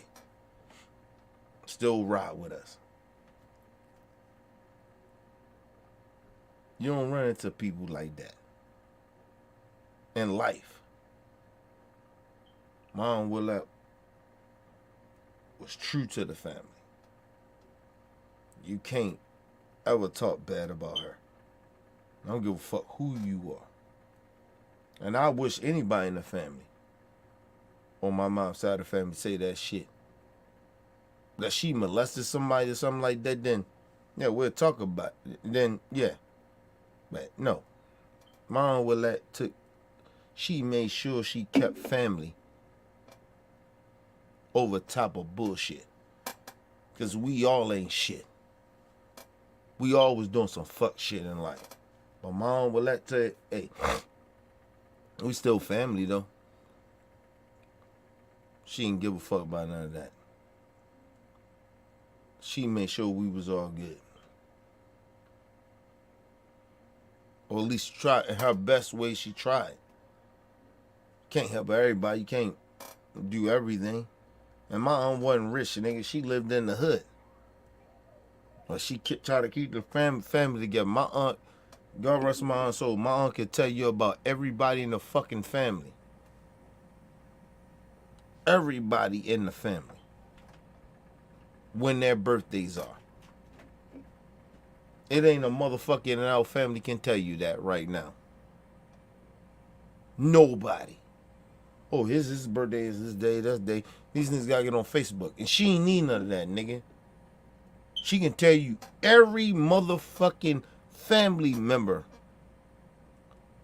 on my mama's side of the family can tell you every birthday. And I'm not talking about, just some old shit. No, she can tell you the youth who had kids. She can tell you their birthdays. Man, you ain't never ran into nobody like my aunt Willette.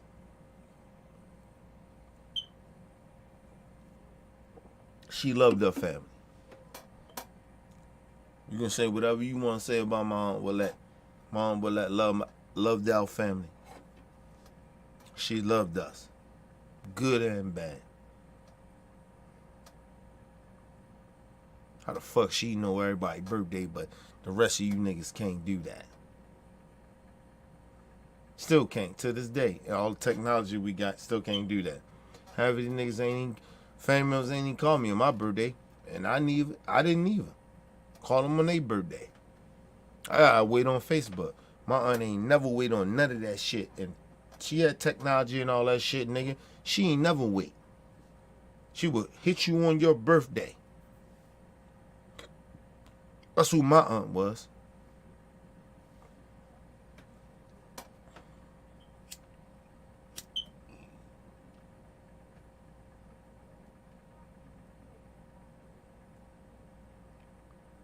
That's why, like, my cousin, one of my cousins, I'm going to leave this be.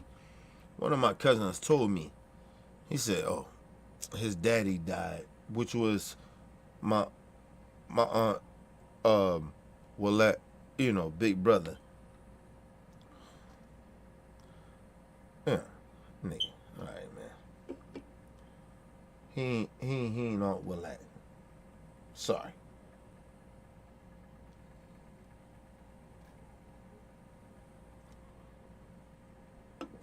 He not Aunt Willette, nigga. You ain't consider a friend of him. And I wasn't.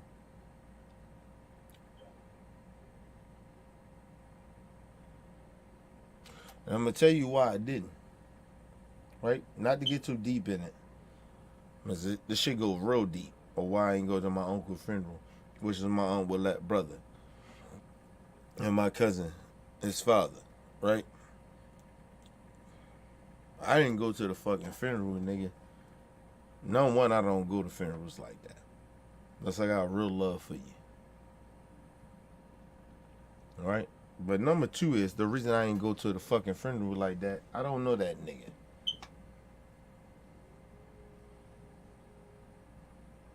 I ain't know that nigga. And I want to be very, very honest about this. Even as an adult, I knew my Aunt Willette. We stayed in touch. Even the rest of my cousins and uncles and all that shit, nigga, we ain't in touch, nigga. Not even to this day. When my Aunt Willette was alive, she stayed in touch with everybody. That's what she did. That was her thing. We family. Regardless. You know, it's different now. So, yeah. That's why I ain't go. I can get into the real reason, one of the real reasons why I ain't go. But the one of the reasons I ain't go, because they ain't my Aunt Willette. He wasn't my Aunt Willette. I don't know that nigga. I don't know that nigga when I was a kid, but I don't know that nigga. Let's be real. I don't know that fucking nigga. My Aunt Willette always stayed amongst us. Always. She made it her duty to do that. Regardless, if I'm out, she was, we ain't talked to B in a while. Talking about me, right? Oh, well, let me call her. B, what you doing? What's up with you? You good? That's what she did. If a fucking cousin or family member say, oh, I ain't heard from such. Oh, well, let me call that nigga. She was always connected to everybody. Everybody in the family. Regardless if we was beefing or not. She was always connected. You need to talk to such? Oh, let me holler at that nigga. That was mine. And ain't nobody since her been connected to the family like that. And they can't do it because, in fact, you ain't my Aunt Willette. And you gotta understand something about my Aunt Willette, too. There was a lot of fucked up shit she seen. And a lot of fucked up shit that happened in the family. But her thing was, we stay connected.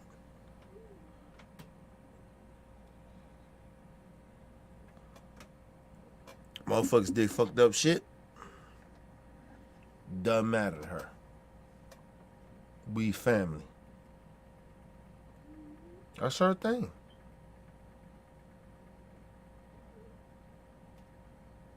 She would make you fuck with certain family members that did fuck with shit.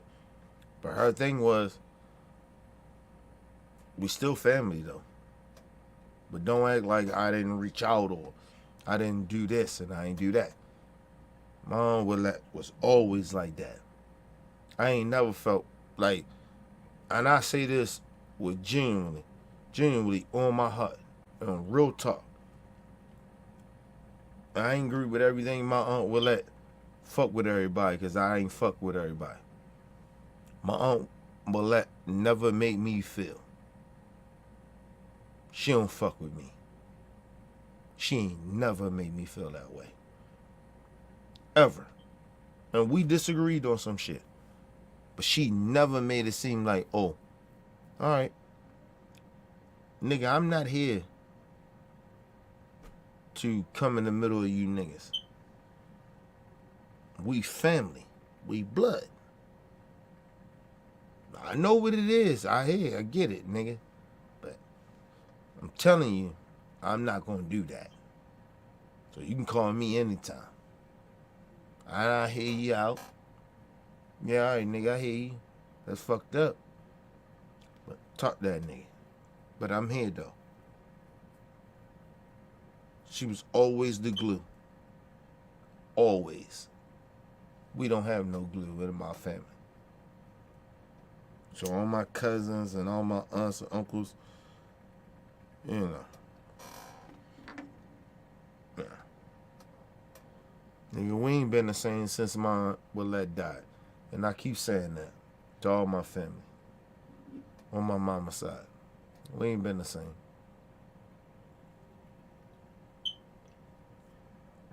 You say what you want about my Aunt Willette. I felt connected to her. Regardless. And she wasn't perfect either. She had her bullshit too. Nigga, please.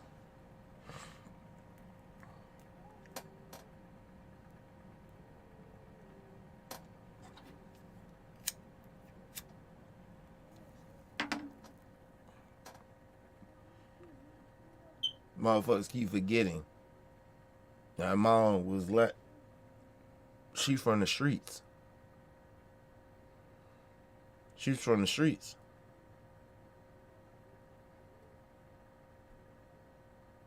You keep understanding. People, a lot of times in the family, they keep forgetting when it comes to me. My Aunt Willette was my grandmother's sister. Motherfuckers keep forgetting that. I never met my grandmother. Don't remember it at all. Don't remember her. She died when I was about 2.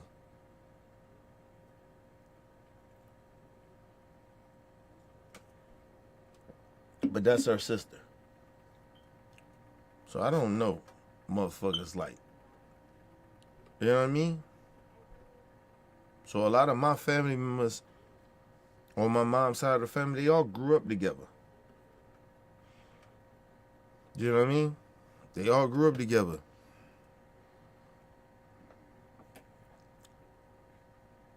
Ain't nothing wrong with it, but I'm just saying, they all grew up together. So I don't know these motherfuckers like that.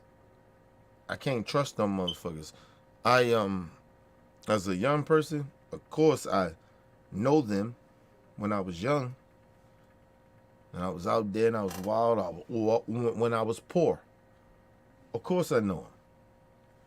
But as an adult, no. Don't know these niggas like that. That's why on my mom's side of the family, is that animosity there for me. Don't know these motherfuckers.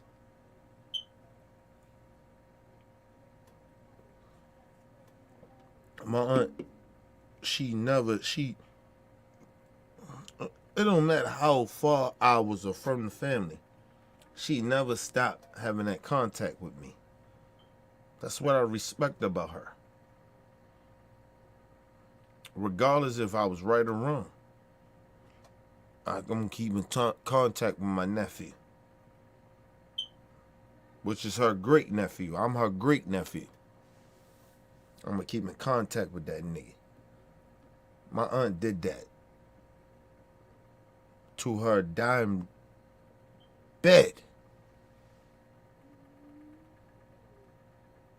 No motherfuckers in the family. On my mom's side of the family. No, you don't do that. You do it because we family, I guess. It's not genuine. It's not genuine what motherfuckers do with my family. Alright? It's not genuine.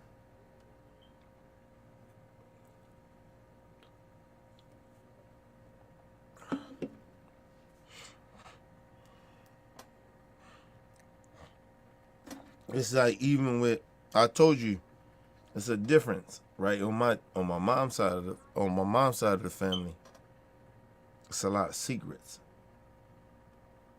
So, when I'm around a lot of time, if I don't really want to fuck with me like that, right? You know what I mean?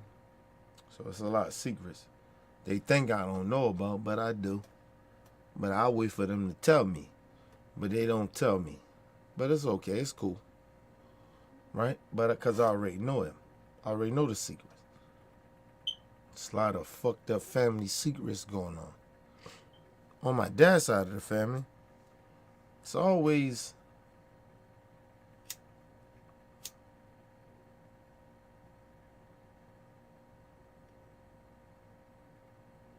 a little part is they scared of me. They scared of me a little bit. Scared of me. And they always try to blame it. They'll be like, oh, Kenny, he drank or whatever. Nah, nigga, a lot of times, nigga, even before I drink, I tell the truth. I be honest. Ain't got nothing to do with drinking. I don't need no drink to tell you the fucking truth about niggas in the family. I never do that. I just show respect and love, right? But I always be honest. The problem with me, on my dad's side of the family, when I go around, they were skeptical of me coming around because I tell the truth.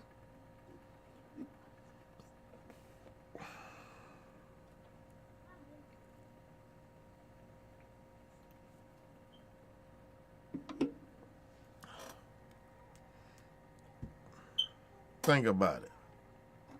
I want y'all really, truly, genuinely think about it. When my mom, I told y'all about this a while ago. My mom she back on that shit, right? She back on that crack. I don't hide no shit like that, nigga. I ain't ashamed of it. This is what it is. You know what they did? Soon they knew they couldn't handle the situation. What they do? A nigga that they don't talk to.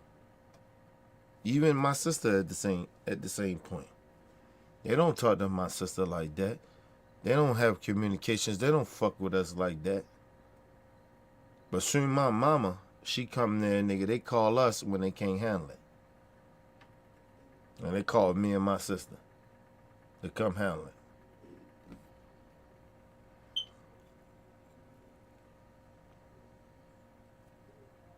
it. Now I understand something.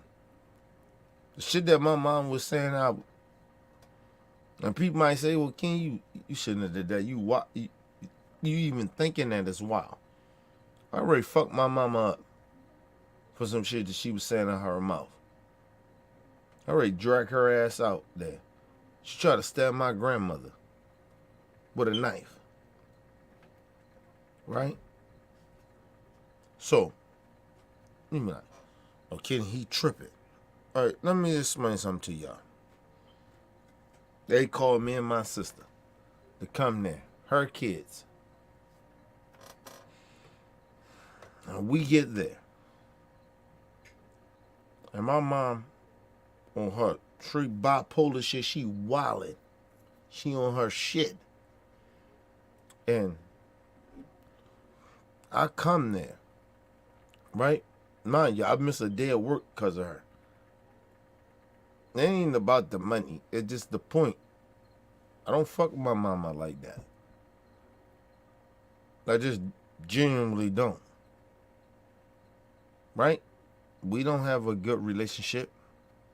But they call me, when the problem comes to them, they call me.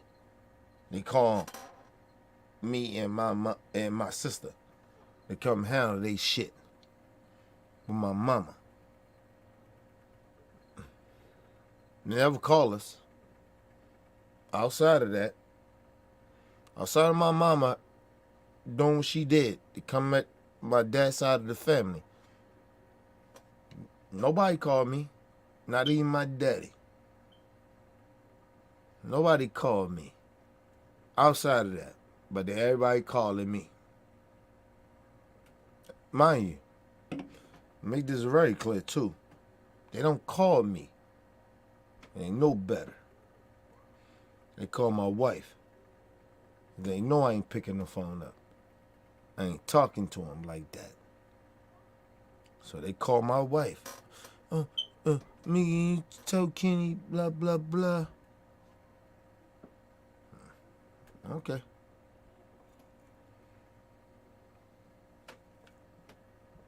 Now, mind you, even before I even went over there, because I wasn't going to go. My mom was wilding out or whatever was going on with her. I wasn't going to go. I called my sister. I said, what do you want to do? And my first be like, oh, you call your sister and she younger than you. Why you think that? Why would you think that? Listen, let me explain something to you. When we was young, me and my sister, and I always acknowledge this, I never not take credit or disrespect my sister like that. When we was young like that, my first do it, my sister was older than me. I was wild. I was really, really wild. And my sister was very, very calm. She seen shit. She ain't getting a lot of shit. You know what I mean? But I was wild. I was a wild boy. And so that's always been me and my sister relationship. We can't hang around each other like that no more like we used to back in that street time. But that's street shit. But we can't hang that way. Because I haven't changed that much. Because I keep telling y'all, I haven't changed that much about my personality. My sister's different. She's older now. She's not who she was when I was doing a lot of shit I was doing when I was young.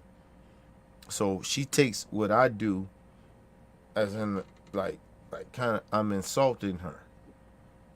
I have no respect for her or some shit like that. But you know, it is what it is. But it's just me being overprotective, and I'm still trying to figure that out. It's not being overprotective.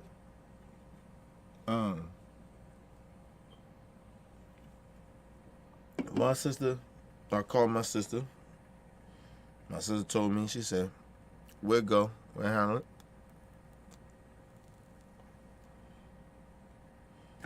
I said, okay. We'll handle it. But it didn't. I'm just going to say that. It didn't go the way we thought it was going to go.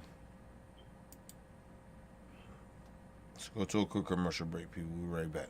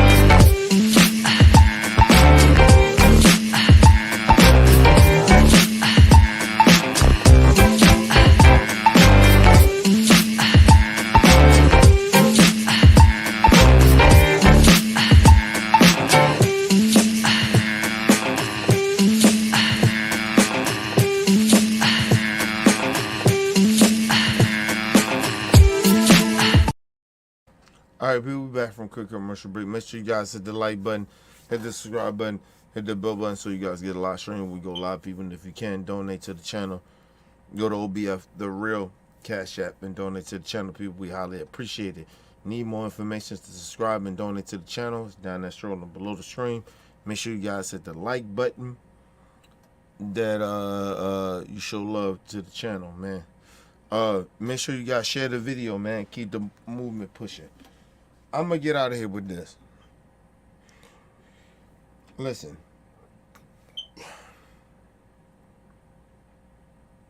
My point is,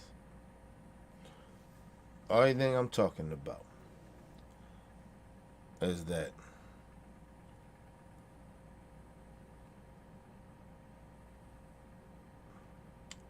I move different and I'm breathing different because of real motherfuckers in my family. I don't fuck with everybody in my family. They ain't real to me. Even still to this day. And that's why I don't fuck with a lot of people in my family still to this day. I try to reach out sometimes and stuff like that. And then when I do it, it still comes off as They on that bullshit. And I just don't fuck with it. I don't fuck with my mama. I don't fuck with my daddy like that. I don't fuck with cousins and shit like that on both sides of my family like that. Because, listen, they see me as what they see me, bro. That's okay. But I always been me. I've been doing what the fuck I do for a long time. I've been who I am for a long time. And I'm not saying everything was right about me. I didn't change because of my Aunt Willette. I've been different because of her. I'm not saying that. I'm just saying the one thing my Aunt Willette, the realest shit she ever told me. This is the realest shit she ever told me. She said, I'll fuck with you because when I talk to you, you always you. I know you changed. Appreciate your change. She loved it about me. That was the whole thing. She ain't like the fucked up part about me. But she said the one thing about me that she loved was that I always was me. And what that mean is, nigga, I don't play those bullshit ass games acting like I'm better than somebody. I ain't better than nobody. And a lot of people on both sides of my family play like they're better. And they're really not. I got friends of mine that think that. So, I just be consistent. Well, at least try to. At least try to be consistent with who the fuck I am, bro.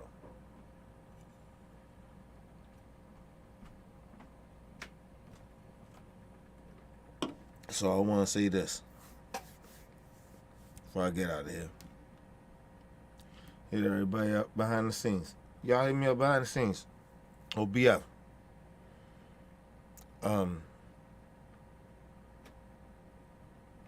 Come to my Aunt Willette, man. I'm one of the most realest person I ever met in my life.